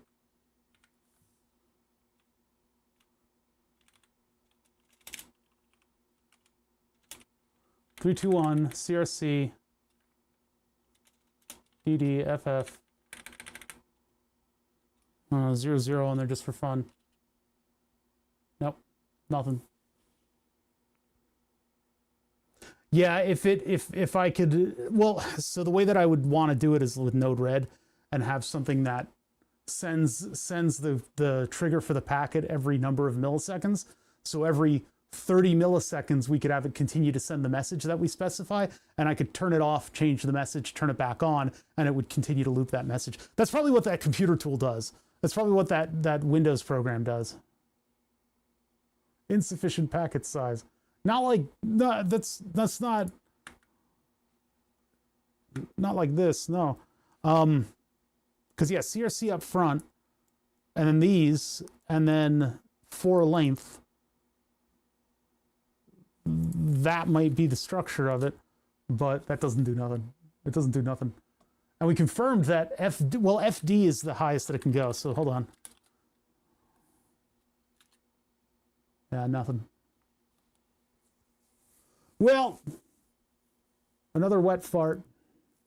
Another wet fart. At least we got it all on a nice power supply now, so I can turn it off by going like this. Doink. And now, nobody wins. Nobody wins. Help. I can't even type. No, it's dead. All right. What I'm going to do is I'm going to clean up that Arduino code, but first and foremost, I'm going to install Node-RED onto the Arduino. You can't do that. The Arduino can't. Amiga 328 cannot run Node-RED. Although my saying that might inspire somebody to do an incredible project. So Node-RED, I'm going to get onto the Raspberry Pi, and I need to see whether or not it will be fast enough. Thermal cam view. Yeah, the thermal cam view is kind of crazy. Look at this thing is generating heat from its electronics. The breadboard for some reason is warm, probably from the Arduino running, and of course the CAN bus thingy. The Raspberry Pi, of course, is always toasty, and then this tiny little power supply justifies the existence of its fan through attrition. It's just warm. Luckily, this thing didn't blow up again, and Stream Deck, of course, is just always hot. Yeah, normal engineering projecting, 1 success, 35 failures, and then you have to claw your way to the little successes that you get. But we did get a couple successes this week. Didn't get a lot done, and there's stuff around my desk that I need to repair and all that jazz, but we do have a test bed for CAN bus stuff, which means that I am going to be able to vet out whether or not Node-RED can handle 500 kbps signals. I think it can, but I don't have any basis for which my assumptions can be hung upon. There's nothing. I don't know where I would find that information or what that information would look like. So we're just going to try. We're just going to try, and it'll be an additional wet fart. Because if this doesn't work, I'm not sure how I'm going to do all of the interactivity stuff. I can, of course, do it in a microcontroller, and then it would be a lot of programming, and it would work fast. It would be extremely fast, and I'd be able to get all of the same types of interactions. I would just have to figure out how to take down MQTT. I would have to figure out how to implement all the different outputs that I need, create the packets, interpret the packets. That's all very doable. In a microcontroller environment, I can make that very quick, very fast, but I'm going to try doing it in Node-RED so that I can do it visually. Clear progressing, keep testing. Yeah, we'll figure out what works. I don't, maybe if that backlight signal sent like 600 times every 30 milliseconds, maybe then it would turn out to that brightness. I don't know. Maybe they have it slowly fade its way to whatever number's declared over and over again, and we're not catching that because we send one little tick. And then it goes, okay, I'll start fading to that. Oh, no more signals, so I'm just not going to do it anymore. I don't know. That seems like a weird way to do it, but something's weird about it. Definitely, like, my brother's car had backlighting on this, I'm pretty sure. And every other version of the shifter we see these things get illuminated. There might be a special thing that it has to be in order for it to illuminate.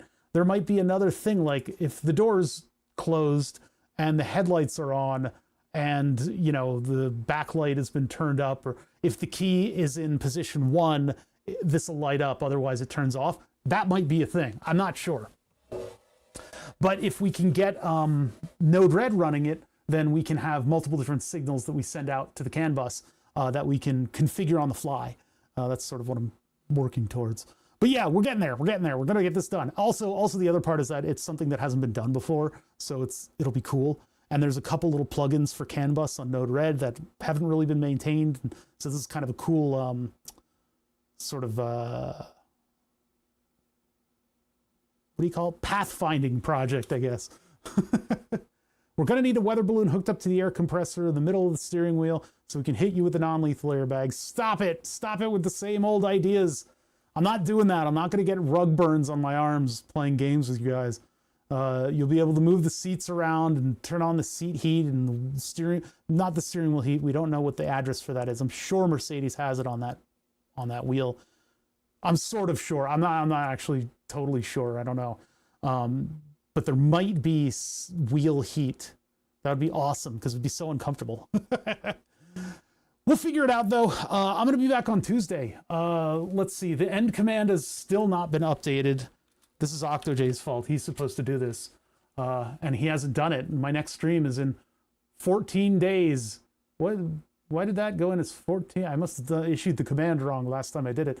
I'm going to be back on Tuesday. Normal schedule. Blue Sky's been hacked still. No word from Blue Sky on that one.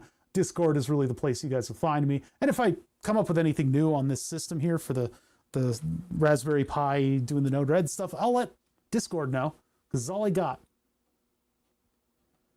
If you give us control of heating, we will 100% burn your ass. I do not think that Mercedes is irresponsible enough, or sorry, BMW is irresponsible enough to install a burn-capable heater in the seat.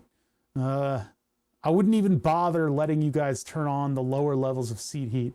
It would really only be the highest level because that's just what people would default to.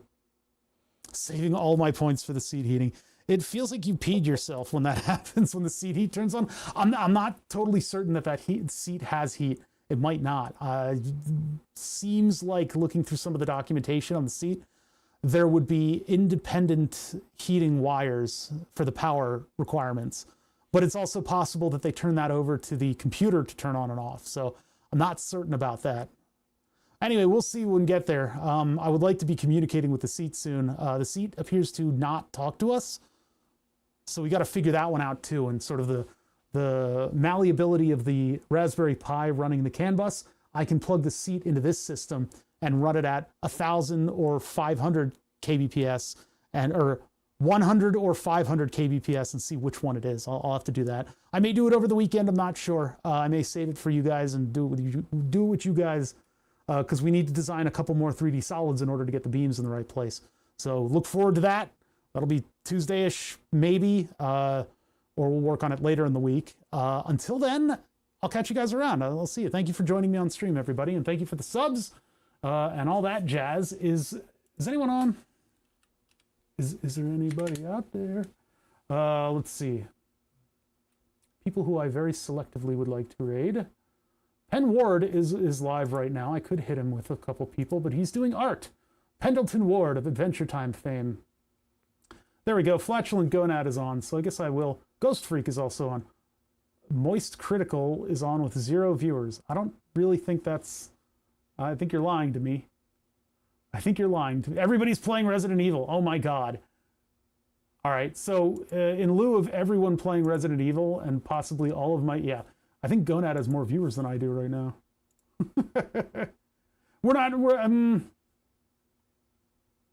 Yeah, I'm gonna rate him. All you guys are all Flatulent Gonad viewers anyway. You're in both streams. Could always stick like a 110 volt heating pad under the seat skin. Cheap way to seat heat. But I don't want seat heat. It's indoors, you know? Yeah, I don't think it'll ever be cold enough to justify having seat heat. Although apparently seat heat is good for your back on long car trips. Flatulent Gonad. All 12 of you. We're going to raid into Flatulent Gonad. He's just doing my winter car, so... You guys have fun there. I will be joining that stream a little later on.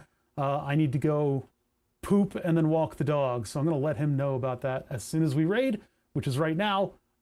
That's mostly everybody here. Hey, thank you. All right, I'll catch you guys next week. You're still watching me. You're probably on YouTube or something, right? I got to hit these end stream buttons. Hold on.